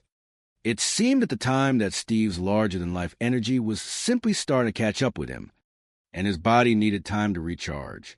Astonishingly, just 2 weeks later, it appeared that Lana's treatment of rest and care had worked perfectly. Steve was back to his old self, full of life and vigor, throwing a grand party for the 4th of July. That party was just as great as every other party the family had been to at the lake house. Steve was his normal affectionate self, greeting everyone with big hugs and a wide smile, ensuring that everybody had a great time. During the celebration, music filled the air, and Steve began dancing with Lana as they celebrated the holiday in style. He grabbed Lana right away to dance, and the rest of the guests kind of followed suit and all joined in on the deck. Family members remember watching them hug and seeing him kiss her tenderly, noting that they looked completely in love. Things were genuinely good at the Clayton home, and no one had any doubts that Lana and Steve's lives together are going to be happy and long. However, that happiness was shattered just a few weeks later. On July 21st, 2018, An urgent emergency call came into the York County 911 dispatch center. Police units quickly arrived on the scene at the beautiful lakefront estate. The body cam footage recorded by the responding officer, Sergeant Day, captures the somber reality of what they found inside. As the officers walked through the front door into the grand foyer, there was Steve, lying motionless right at the bottom of this grand staircase. And unfortunately, at that point, he is gone, he is dead, in the recorded footage. You hear the officers kind of whispering and talking in low voices as they secure the area. That is because Lana Clayton is just around the corner, completely distraught and crying hysterically. And they do not want to say anything aloud that would be disturbing to her in her grief. Lana spoke to the officers through her tears, explaining the timeline of the past few days. She said she left the next day, did not put anything, just his wife and family, weeping for her loss. Sergeant Day knew he needed to talk with Steve's wife to find out exactly what happened in the hours leading up to his passing. "Ma'am, I am Sergeant Day. I am going to be here for just a little while until the coroner gets here and transporting those things," he said gently, trying to comfort her. "Oh, no, ma'am. I am just fine. It feels good to me to stand if I am not making you uncomfortable," he added as she offered him a seat. Lana told Sergeant Day that Steve had been suffering from severe dizziness for 2 days prior to his collapse. She explained that Stephen had been very ill with vertigo, a recurring problem that had seemingly returned with a vengeance. She stated that she had found him Thursday morning, that he stood up from his bed, got very dizzy, and suddenly collapsed near the stairs. She told the officer that she had to help him upstairs to rest, and since that time, he had not been back downstairs. Sergeant Day asked her about her own activities that morning, questioning Miss Clayton. "You were outside, you were working outside?" Lana nodded and sobbed. "I was mowing the lawn real quick, and when I came in, I fell down. I am so sorry. I tried to take a blanket underneath me, but I could not." Despite her professional medical training, Lana claimed she was unable to render effective aid to Steve when she found him at the bottom of the stairs. That is when she really panics, because she knows she cannot do anything further to help him, or so it appeared. And so she immediately ran out of the house when she heard a motorcycle coming by on the road, waving the rider down to urgently call 911. Steve's nephew, Nick French, was on duty as a police officer in a neighboring jurisdiction when he received the devastating news. "My mom called," Nick recalled, and she said, "Uncle Steve died." In that moment, a wave of complete disbelief washed over him. "I mean, I knew it was for real, but, it did not really sink in right away." Nick left work as quickly as he could to support the family, his mind racing. "I just remember the whole time going through my head was, how? Why?" At the same time, the phone rang in Florida, where Steve's sister Rosie answered. It was her nephew calling with a trembling voice. He said, "Uncle Steve died.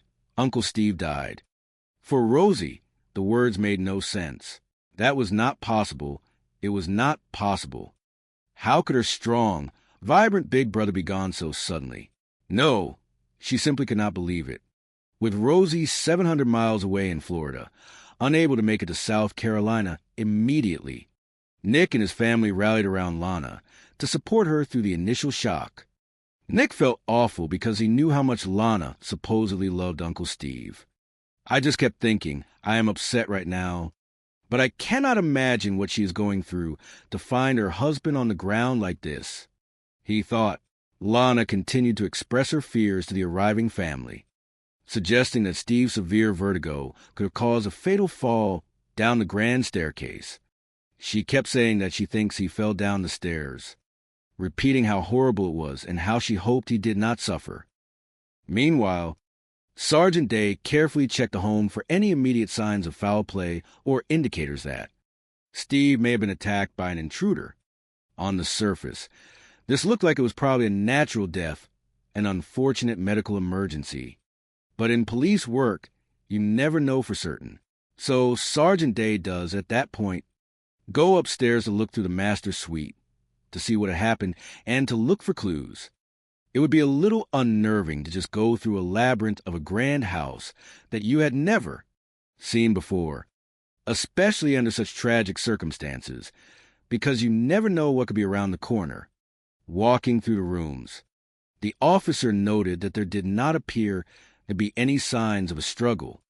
There were no overturned tables, no broken glass, and no other signs of someone else being up there having done something to him. There was nothing significant at all to suggest a crime had taken place. In the master bedroom, the bed sheet is all rumpled up, consistent with someone spending a lot of time in bed resting. But there was nothing to suggest Steve had any kind of physical struggle there. It looked as if the cause of death would not be a mystery for the coroner to solve. The coroner arrived shortly after and examined the body at the scene. The coroner could not see any major contusions or bruises that would indicate a violent tumble. Nothing that strongly suggested Steve fell down the staircase. One of the officers asked about the blanket Lana mentioned, asking, "So she put the Florida under him?" "Yeah, she tried to move it," another replied. It looked as though Steve had somehow made it to the bottom of the stairs on his own and then collapsed. After a brief examination, the coroner turned to the family and said, "I believe he had a heart attack." Nick, using his own law enforcement background, asked, "What leads you to that opinion?" The coroner explained that the coloration of his face and chest provided a clue. There was a distinct blueness that went across the top of the chest, almost in a line, and that oftentimes, according to medical experience, is a strong indication that a person may have suffered a massive heart attack. Back in the living room, Sergeant Day gently shared their initial theories with Lana to help bring her some peace of mind. When I walked to the top of the stairs, I noticed that the carpet on the staircase kind of has a direction to it. So, I can see footprints, he explained. I think he may have come to the bottom of the staircase on his own. He advised her not to dwell on the staircase because he knew that making claims about a fall is a hard claim to make without witnesses. Lana sighed, shaking her head. I did not know how he made it. I do not know what he was thinking. She whispered, I think this was the day God chose. That is what I told him. While Lana digested the news, trying to process the loss, Nick and his family stayed behind to help with cleaning up the home. They wanted to make the house still comfortable enough for her to stay in, knowing she was going to be absolutely exhausted and had to spend the night there alone. But as they went upstairs to clean the master bedroom, they were utterly shocked at what they found. When we went upstairs, I immediately noticed a smell. Nick recalled with a look of disgust. It was a powerful, unmistakable smell of human filth, including excrement and urine. They looked around the bed to find the source, and there were huge urine discoloration spots right in the middle of the bed. The heavily soiled mattress immediately raised some disturbing questions in Nick's mind. He thought about the volume of fluid, thinking that the amount of urine it would take to soak completely through this thick mattress meant Steve had to have been going to the bathroom in this bed for days without moving. It did not align with a sudden collapse on Saturday morning. They immediately thought, we have to get this mattress out of the room to make the space livable for Lana. The mattress was so waterlogged and heavy they could barely pick it up. It was extremely heavy, but they managed to carry it down and toss the mattress out of the house. When Rosie finally talked with Lana on the phone later that night, she wanted to understand the timeline better. She asked her, how did Steve get so quickly? Hello, Lana answered quietly. When I spoke with Lana much later in that evening, Rosie recalled, I asked her what happened. Lana repeated the story, saying he had not been feeling well for a few days. Rosie, puzzled by the lack of medical intervention, asked, well, why didn't you call somebody? Why didn't you let the family know or call an ambulance? Lana quickly replied, well, he was starting to feel better, so she didn't think it was necessary. Lana also claimed that Steve never called anyone himself because he had been sleeping heavily due to his illness and had misplaced his cell phone a week earlier. Lana claimed that it had been missing for several days, preventing him from reaching out. This detail struck a chord of deep suspicion in Rosie. Her brother was never, ever without his phone. He just was always attached to his phone, as it was vital for his investments and keeping in touch with loved ones. It went everywhere with him, never leaving his side. It was at that exact point where Rosie really felt like something very sinister was going on in that lake house, though she did not know what it was yet. A short time later, Steve's sister Rosie asked his widow Lana about his will and final wishes. Steve and Rosie had talked many times over the years about what was that he wanted to do when that time came, and he had always been very clear that he wanted to be buried in that beautiful cemetery in Fort Lauderdale, Florida, alongside their family. When Rosie asked Lana about the arrangements and the location of his legal documents, Lana flatly stated that there is no will. Furthermore, Lana had already made swift arrangements to alter his wishes. Steve was due to be cremated instead of buried, and she was already planning his memorial service at the lake house. On August 4th, 2018, Lana held a memorial service for Steve at their home. It was a highly emotional day. Everybody there felt such a deep, profound connection to Steve, and it was incredibly hard for anyone to stay calm, even though it was supposed to be a celebration of his life.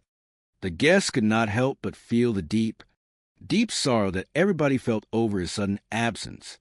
During the service, a speaker addressed a tearful crowd, saying, "If there's any space that it is okay to be sad and to cry a little bit, this is that time. And I think that it is okay today that we celebrate a life well lived and at the same time be sad." At the memorial, Rosie and the rest of the family were deeply surprised and disturbed to find that Lana had already started to completely clear out Steve's personal belongings from the house. She had already began taking all of his clothes, all of his personal items, and she donated them all to the local Veterans Affairs organization. Rosie went into the master closet and was horrified. I was almost knocked off my feet to see the number of hangers, empty hangers, hanging in that closet with not a single stitch of clothes left, she said. Additionally, a lot of expensive watches were missing, a lot of jewelry was missing, and even his cherished wedding ring was missing from his dresser. Lana's sudden claims about Steve not having it will raise further intense suspicions among the siblings. Ensuring financial order was something that Steve and Rosie, and Steve and many other business partners, had discussed frequently. He always emphasized how important it was to make sure that everything was in order legally. To the family, there was absolutely no logic in my brother, an accountant and a highly successful businessman who was meticulous with his finances, not having a proper will. The family felt like something simply was not adding up. They gathered together, realizing they were all on the same page. "We know something is going on," they agreed. It was at that moment that they decided to call the medical examiner's office directly. They told the officials, "Hey, please do an autopsy, and at the very least, if you are not going to do that, do a comprehensive toxicology report." The medical examiner's office listened to their concerns and agreed to run the tests.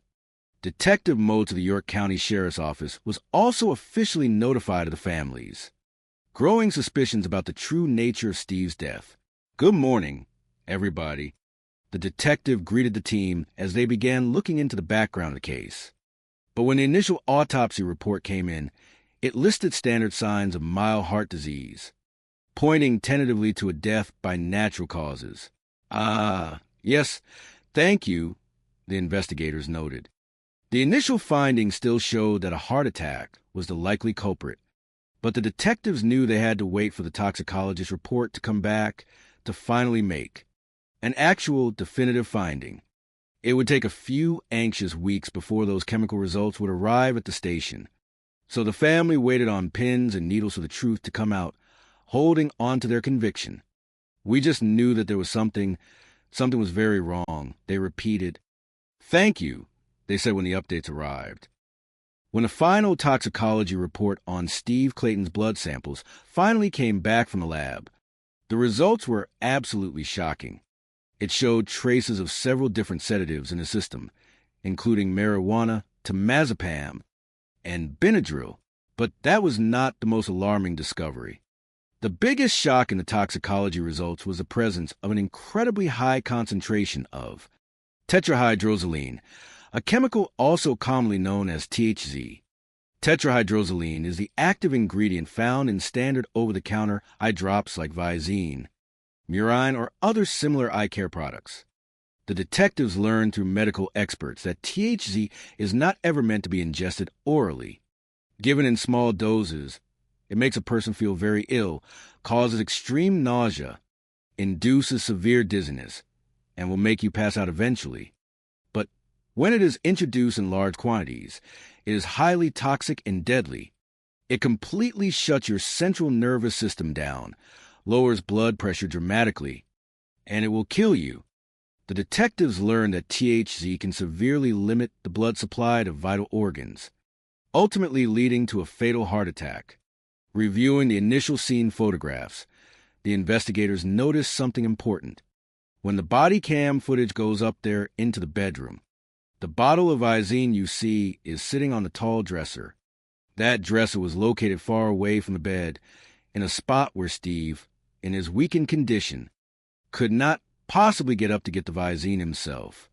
Now, it was very clear to everyone involved, this is not a natural death. Detective Motes knew he needed to have another serious talk with Lana Clayton. 5 weeks after the sudden death of her husband, Lana Clayton was brought into the sheriff's office and questioned extensively by detectives. You know, if you were a witness in this case for us, we would need every detail. The detective began setting a calm tone. The detectives wanted to know more about the various medications found in Steve's blood, testing her knowledge as a nurse. You know what he would say? He took Benadryl often, Lana claimed, listing his usual remedies. It was a long list of over-the-counter drugs, but there was absolutely no mention of THZ, the very drug that killed Steve.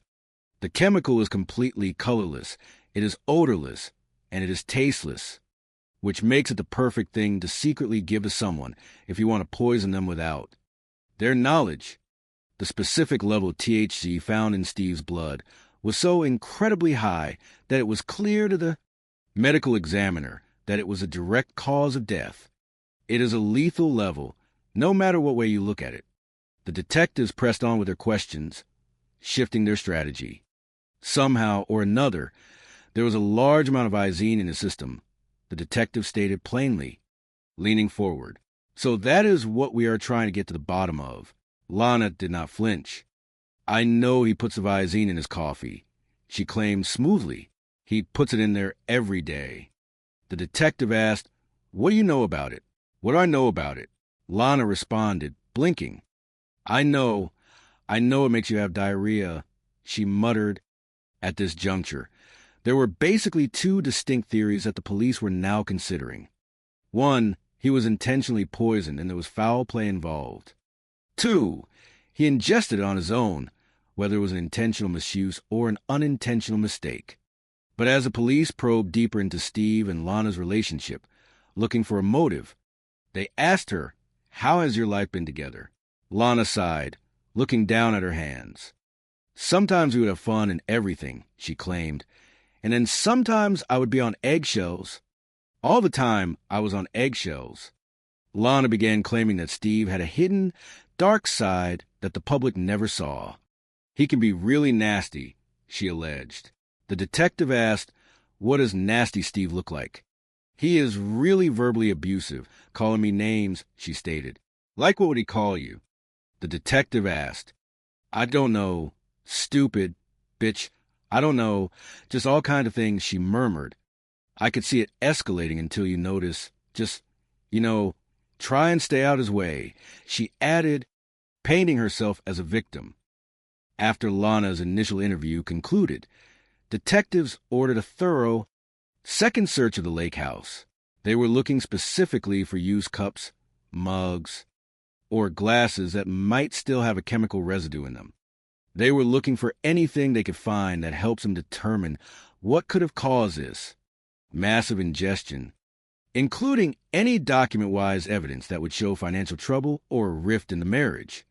But during that time, while the deputies were searching the property, Lana suddenly approached one of the securing officers and stated that she wanted to speak again with Detective Moats immediately. Detective Moats turned on his recorder to capture exactly what Lana had to say this time. "I told you a little bit about Stephen, that it was worse than what I told you," she began, her voice shaking. "He was verbally and physically abusive," she claimed.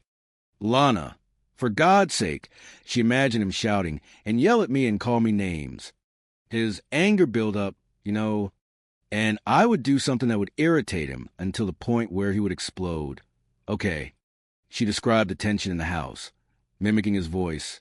"What you try to do? Huh?" Lana then continued her story, moving to the days before his death. After he had that incident, which he said it was vertigo, and I was taking care of him and everything, but I was still so angry at him. And my girlfriend at work told me before, you want to get even with somebody, put Visine in a drink. It will cause diarrhea. It is then that Lana dropped a massive bombshell on the investigation. When I saw that Visine sitting on the table, it just came back to me, and I just took and squirted it. "And what did you squirt it into?" Detective Moats asked, maintaining his composure. "His water," she confessed. "Into his water?" The detective clarified. "So you don't know the full amount? I mean, you just squeezed?" Lana nodded slowly. "I think I put the whole thing in." "So the whole bottle?" Detective Moats asked. "I think I did. I squeezed it hard. I just saw it there and I just did it." The interview wrapped up temporarily, and the detective asked, "What are your plans tonight now?" "Just stay here," Lana replied quietly. "You will be okay. I know it is a lot on your plate," the officer said, watching her closely. Lana then looked up and asked a telling question. "Just what if I do? What if I cause his death with the Visine?" "Anything else that you want to add?" Detective Moats asked. "No," she replied. "If there's more, get off your chest," he offered. "That is it," she concluded.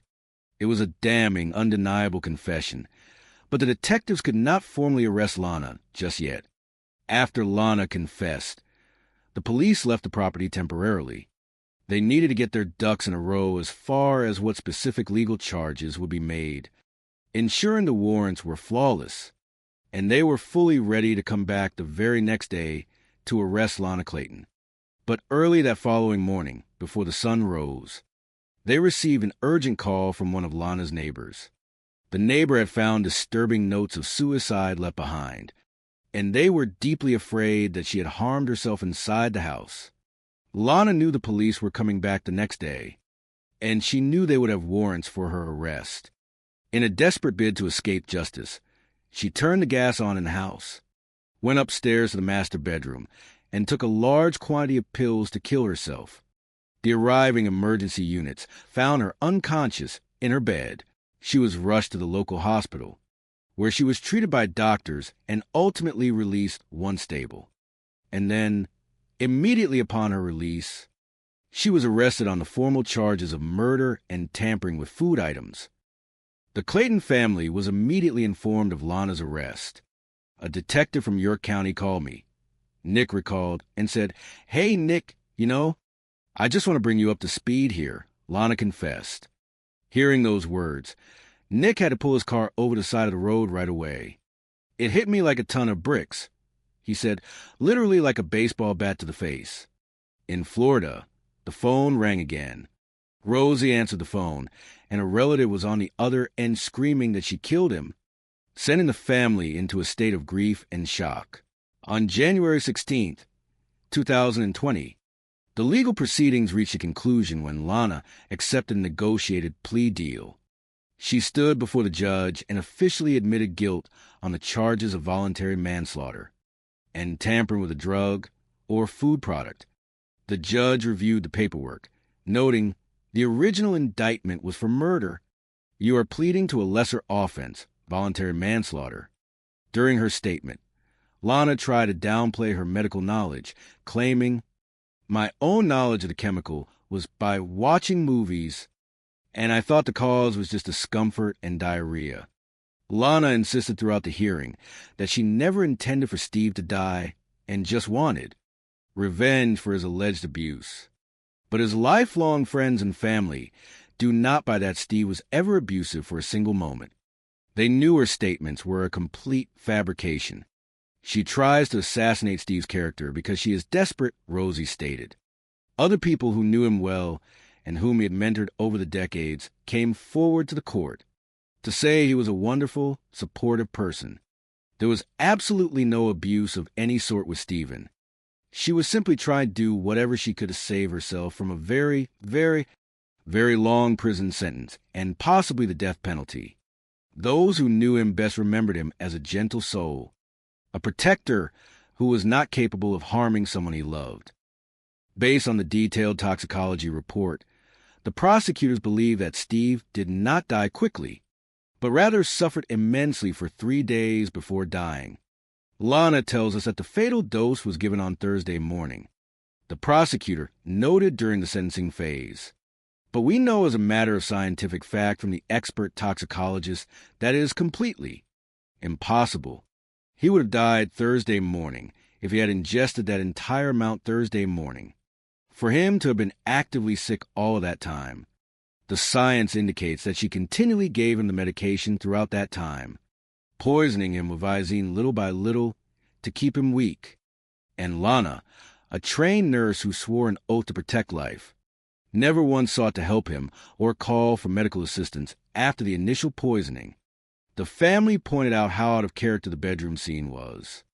Stephen would not have willingly stayed in a urine-soaked mattress for days, Nick explained.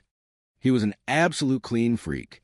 He would not have stood for such a thing if he had the strength to move. The truth was far more grim. He was simply too weak from the continuous poisoning to get up and move. There was no phone left in the house. She had hidden his cell phone, and there was no landline. So he could not call somebody for help. This calculated actions put him in the terrifying situation of being slowly tortured with absolutely no way to get help from the outside world. And so, finally, she knew on Saturday that it was time to end it. That is when she squeezed a whole bottle of Visine into his water glass, had him drink it, and then casually went out to mow the grass, so she did not have to watch the final horror of his death. Instead of a nurse that helps people in their time of need, she proved to be the nurse from hell.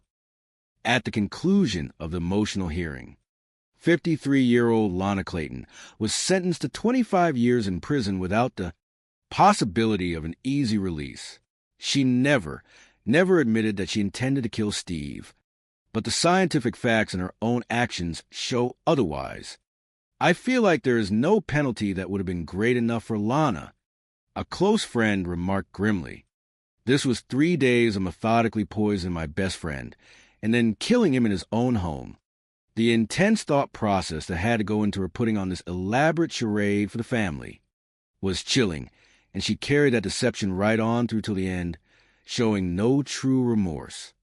And I think that is the very definition of a monster. But the most terrifying realization for the family is how close Lana came to almost getting away with it entirely. There almost was not an autopsy performed on Steve. If his sister and nephew had not stepped in and adamantly demanded a deeper look, the initial ruling of the coroner would have stood unchallenged. This was likely a hard episode, and it was natural causes. The files would have read, and the case would have been closed forever. The truth is, she did this herself by overplaying her hand after his death. Had she been just the same quiet, gentle Lana, grieving the loss of Steve alongside the family, no one would have had any suspicion whatsoever, and she would have walked away free. Although Lana insists to this day that Steve's death was completely unintentional, his family and the prosecution firmly believe it was a deliberate, cold-blooded act motivated entirely by financial gain. One obvious and glaring motive is Steve's considerable wealth, which he had accumulated through his successful physical therapy business. Without a valid will found in the state of South Carolina, the law dictates that everything goes directly to the surviving spouse. So Lana would know with absolute certainty, If Steve is gone, I get everything.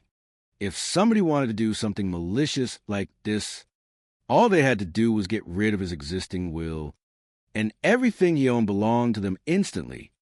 The family now tries to move on with their lives without Steve, though his absence leaves a massive void that can never be filled. His voice still echoes in their minds, especially from the old videos where he greeted everyone with his signature phrase, "Hello, hello, hello." I mean, I miss a lot about Steve, but I miss his voice the most, Rosie said softly, wiping away a tear. I miss hearing his voice filling the room. This is my way of getting away from the emotional stuff. His voice would say on the tapes, trying to keep everyone laughing during tough times. I think what I miss most about Steve is his over-the-top personality. His nephew reflected, this big, boisterous, gregarious character that enters a room and just takes over everything in the best possible way, making everyone feel happy and safe. Steve was an amazing person, a mentor to many, a loving brother, and a true friend. It has been incredibly difficult not having him around for the holidays and the quiet summer days by the lake. The thing I miss the most about Steve is his deep laughter and his natural ability to light up a room the moment he stepped inside. Stephen was stolen from everyone who loved him, taken away by a cruel betrayal, but his memory and the impact of his generous heart will never be forgotten by those he left behind. Stephen was stolen from everyone who loved him, but his spirit lives on in the family that fought so bravely for the truth. This is a story of a successful and generous businessman. He was a man who lived with an infectious energy, greeting the world with a repeated, enthusiastic hello, hello, hello. He possessed a heart that overflowed with kindness and a spirit that sought to uplift everyone he encountered. It was his nature to reach out, to mentor, and to build others up, leaving a trail of positivity wherever he went. In the course of his journey, he met a nurse who seemed to possess a heart as big as his own. She struck those around her as being very quiet, but very sweet and very nice.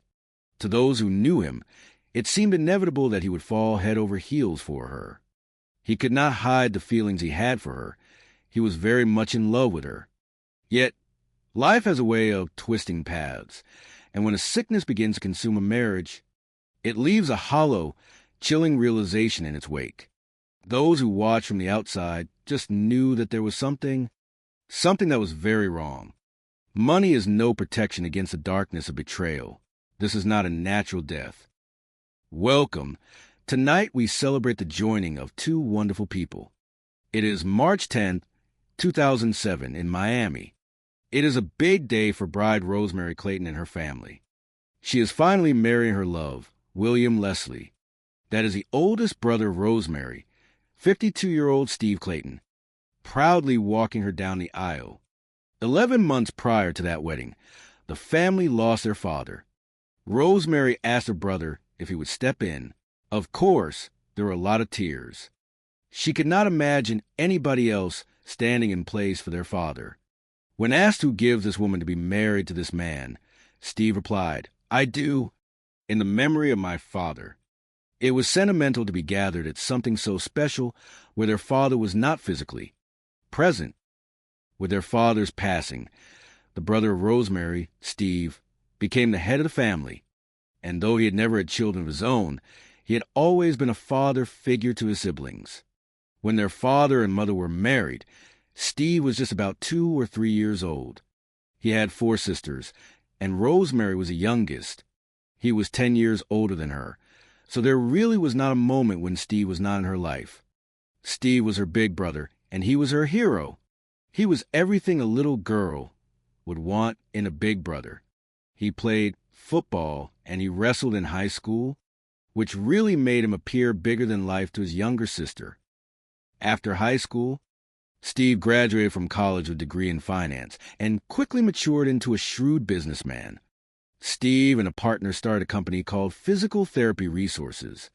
That firm eventually became a national company with physical therapy centers all over the country. Steve and Rosemary met at work. He was in the hospital, and she was in the same hospital. And that is how they met and became friends. He was very successful and eventually sold his interest in his business. Basically, from that point on, he was retired. His goal was to retire at the age of 40. He missed it by 1 year, as he retired when he was 41. Selling his business freed up Steve to do whatever he wanted, and what he wanted to do was give back. He would mentor such a large group of young men, helping them start up a business or helping them find out what direction they wanted their life to go. Steve was extremely generous with not only his resources, but also with his time. Steve always had time for his family. Rosemary filmed as Steve teased their Uncle Max. It was special. Their father was not so funny. He was more serious, much more serious. He was always serious. But in his playful way, Steve would ask, "But where did that money come from, Steve?" And when his sister Rosemary got married, it was the good humor of Steve that made him the life and soul of the occasion. "Please get up, Steve," someone shouted. "Plate." Steve was always the first guy to get up to give a toast anywhere. "Hello, hello, hello." He would begin. It was always ad-lib for him, straight from the heart. This is my way of getting away from the emotional stuff. He told the crowd, "William, thank you so much. I'm not going to look at you. Thank you so much for making my sister so happy. And my dad, Steve was never one to hide his emotions. My dad told me before he passed to take care of my sister, to honor you, and he loved you very much. I have to get serious here. All right, I am cool. All right, you guys are great companions. You are great partners. And my sister, I have never seen her happier." After the speeches, Steve stepped up for the father and daughter dance. He came up and they got ready to dance. And before the music started, they had a very, very powerful moment. A surprise recording of their dearly departed father played out. "The best moment of my day was when you were climbing my knee. You would say, 'Daddy, I love you.' I miss those days. I really do, because I love you too." He had so many duties that day. He was a father figure. He was the best man. He was the entertainment. He was the one that kept everyone calm and kept everyone laughing. He was a natural at it, despite his success and close network of family and friends. The romantic life of Steve had been rocky. He looked for a partner that was as focused and determined and loving and caring as he was, and that is a tall order to fill. Now 52, his family figure would take a very special person to sweep him off his feet. Rosemary thought that Steve was always looking for somebody on a level he could connect with, emotionally, intellectually, and spiritually. 3 years later, that is exactly what happened. In late 2009, Steve decided to leave his home state of Florida for a change of pace in North Carolina. He really loved being physical. He loved walking. He loved anything to do with being outdoors. So, when he moved from South Florida to North Carolina, he had the opportunity to be outdoors a lot more. Within just a few months, Steve announced that he had met someone special. He seemed to have a glow that he had been missing for a little while, and he was excited. Her name was Lana Walsh, 12 years his junior. She was a nurse who grew up in Oklahoma. She struck the family as being very sweet, very quiet, but very sweet. And this quiet kind of stood out because Steve was not very quiet. The personality of Steve was gigantic. She was more like a wallflower. Despite their differences, Steve was sure she was the one. They were very affectionate with each other, always arm in arm. Steve was always hugging her, squeezing her, kissing her. Rosemary felt happy for her brother. So, of course, anybody that he loved, she was going to embrace. It was not long before Steve asked Lana to move in with him. After they got to know each other quite a bit more, Steve persuaded her to come to Charlotte. And, you know, Steve could be very convincing. They added some new additions to the family. The first dog that Steve and Lana got was Guinness, an Italian greyhound. They loved the breed, and so they decided that they wanted another one, and her name was Sadie. With Lana, Steve finally felt he had found his missing piece. Steve always had great things to say about her.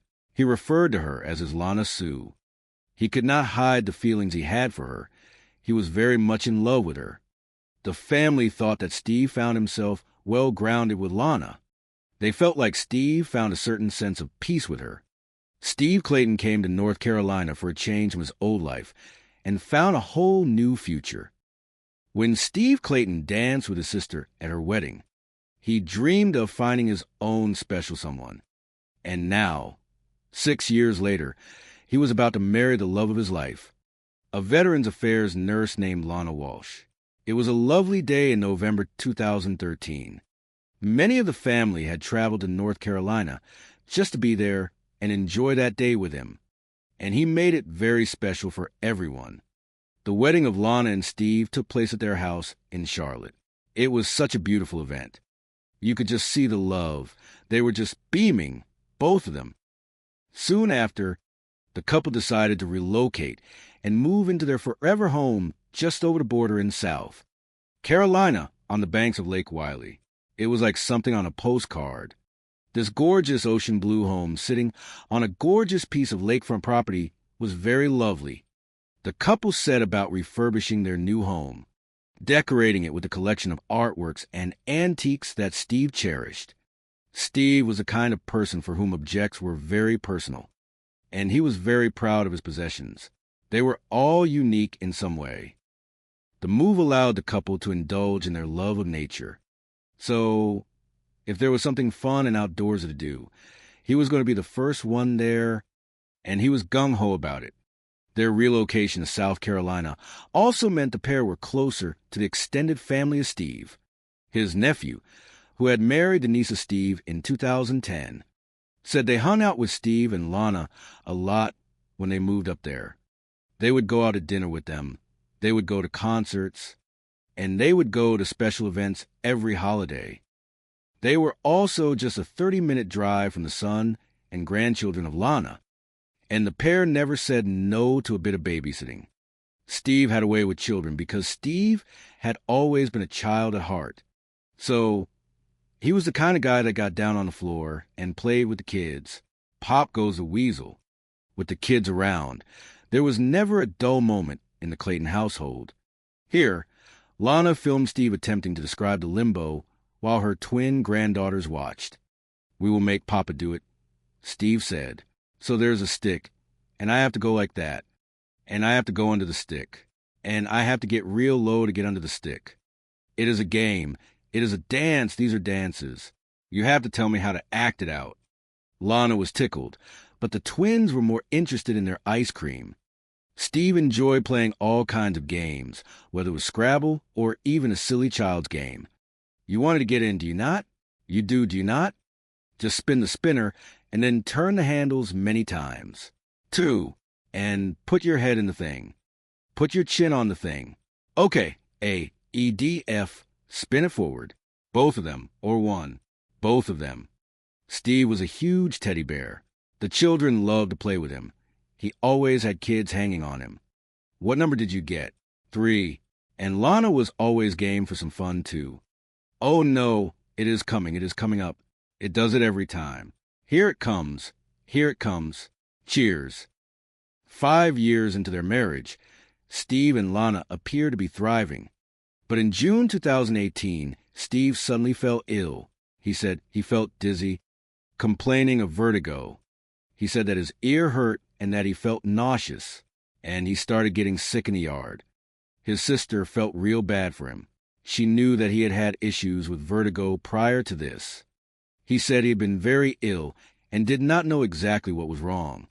He just remembered that he was working out in the garden, and he started to feel dizzy, a little nauseous, a little dizzy, headache, and he thought that maybe he had gotten sunstroke. "You okay?" "Yeah." As a nurse, Lana thought the best thing for Steve was bed rest. He said he remembered laying down, and he said the next time he opened his eyes was 36 hours later. Worried, Rosemary called Lana to see if she could explain the mystery illness of Steve. I asked her what she thought was going on because that is very odd for any person of any age to lose. 36 hours of time.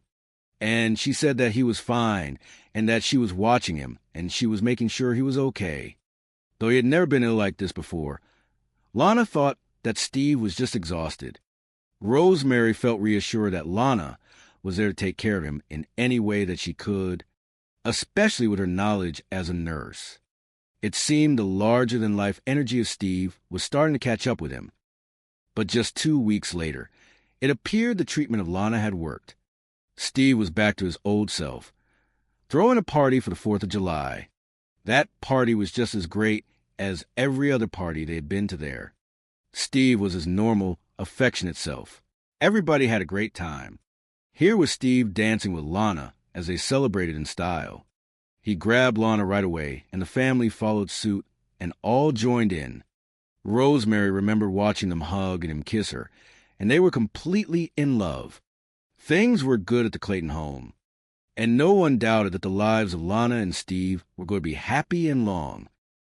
On July 21st, 2018, a call came into York County 911 dispatch. Police units arrived on the scene, and body cam footage recorded by responding Officer Sergeant Day captured what they found. As they walked into the front door, there was Steve right at the bottom of this grand staircase. And unfortunately, at that point he was gone. He was dead. You could hear the officers whispering and talking in low voices. That was because Lana Clayton was just around the corner, distraught and crying, so they did not want to say anything that was disturbing to her. So she said she left the next day, did not put anything, just his wife and family. Sergeant Day needed to talk with the wife of Steve, Lana, to find out what had happened. "Ma'am, I am Sergeant Day. I am going to be here for just a little while until the coroner gets here and transporting those things." "Oh, no, ma'am, I am just fine. It feels good to me to stand if I am not making you uncomfortable." Lana told Sergeant Day that Steve had been suffering dizziness for 2 days. Stephen had been very ill with vertigo. She said she had found him Thursday morning, that he stood up, got very dizzy, and collapsed, and that she had to help him upstairs. And since that time, he had not been back downstairs. "Miss Clayton, you were outside. You were working outside?" "I was mowing the lawn real quick, and when I came in, I fell down. I am so sorry. I tried to take a blanket underneath me, but I could not."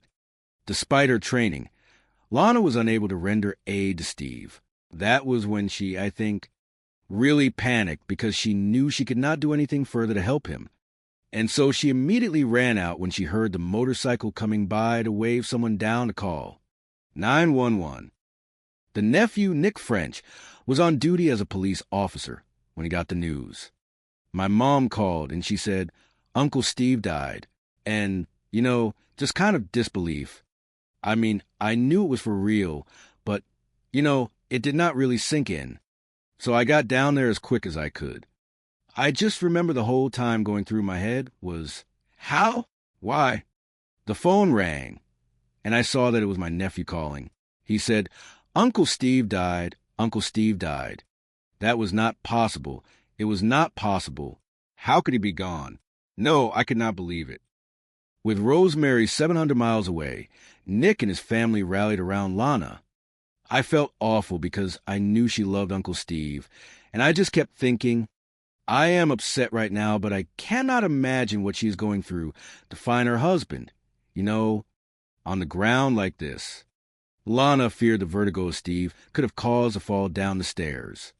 She kept saying that, "I think he fell down the stairs, and that is horrible, and I hope he did not." Sergeant Day checked for any signs that Steve may have been attacked. This looked like it was probably a natural death, but you never know. So Sergeant Day did at that point go upstairs to look to see what had happened. That would be a little unnerving to just go through a labyrinth of a house that you had never seen before, because you never know what could be around the corner. You can tell that there does not appear to be a sign of struggle.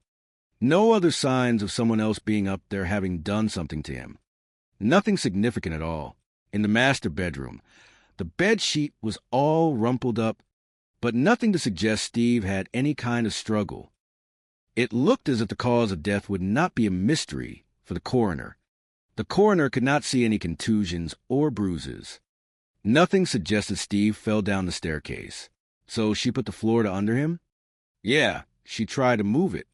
It looked as though Steve made it to the bottom of the stairs and then collapsed. The coroner said, I believe he had a heart attack. And I kind of said, what leads you to that opinion? And she said, well, the coloration of his face. There was blueness that went across the top of the chest almost in a line, and that oftentimes, according to the coroner, is an indication that he may have had a heart attack. Back in the living room, Sergeant Day told Lana what they thought had happened. When I walked to the top of the stairs, I noticed that the carpet on the staircase kind of has a direction to it, so you know I can see footprints. I think he may have come to the bottom of the staircase. Don't dwell on the staircase, because I know that is a hard claim to make. I do not know how he made it. I do not know what he was thinking. I think this was the day God chose. That is what I told him. While Lana digested the news, Nick and his family helped with cleaning up. We wanted to make the house still comfortable enough for her. You know, we knew she was going to be exhausted and she had to spend the night there, but they were shocked at what they found in the bedroom. When we went upstairs, I immediately noticed a smell. It was a smell of human filth. You know, excrement, urine.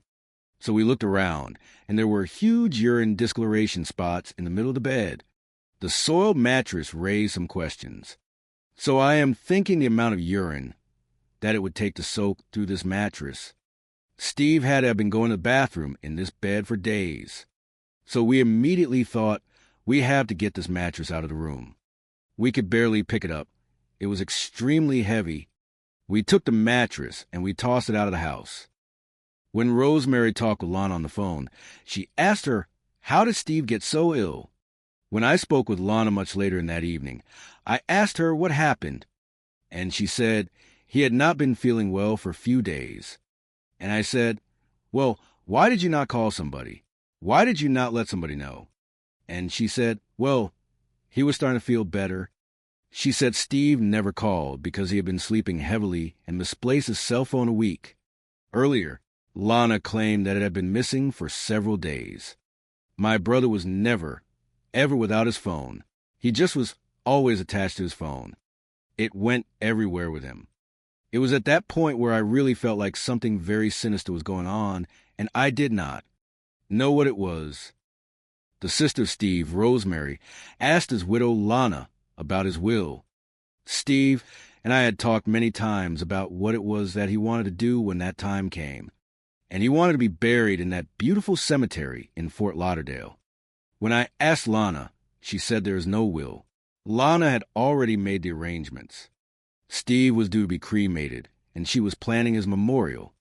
On August 4th, 2018, Lana held a service for Steve at their home.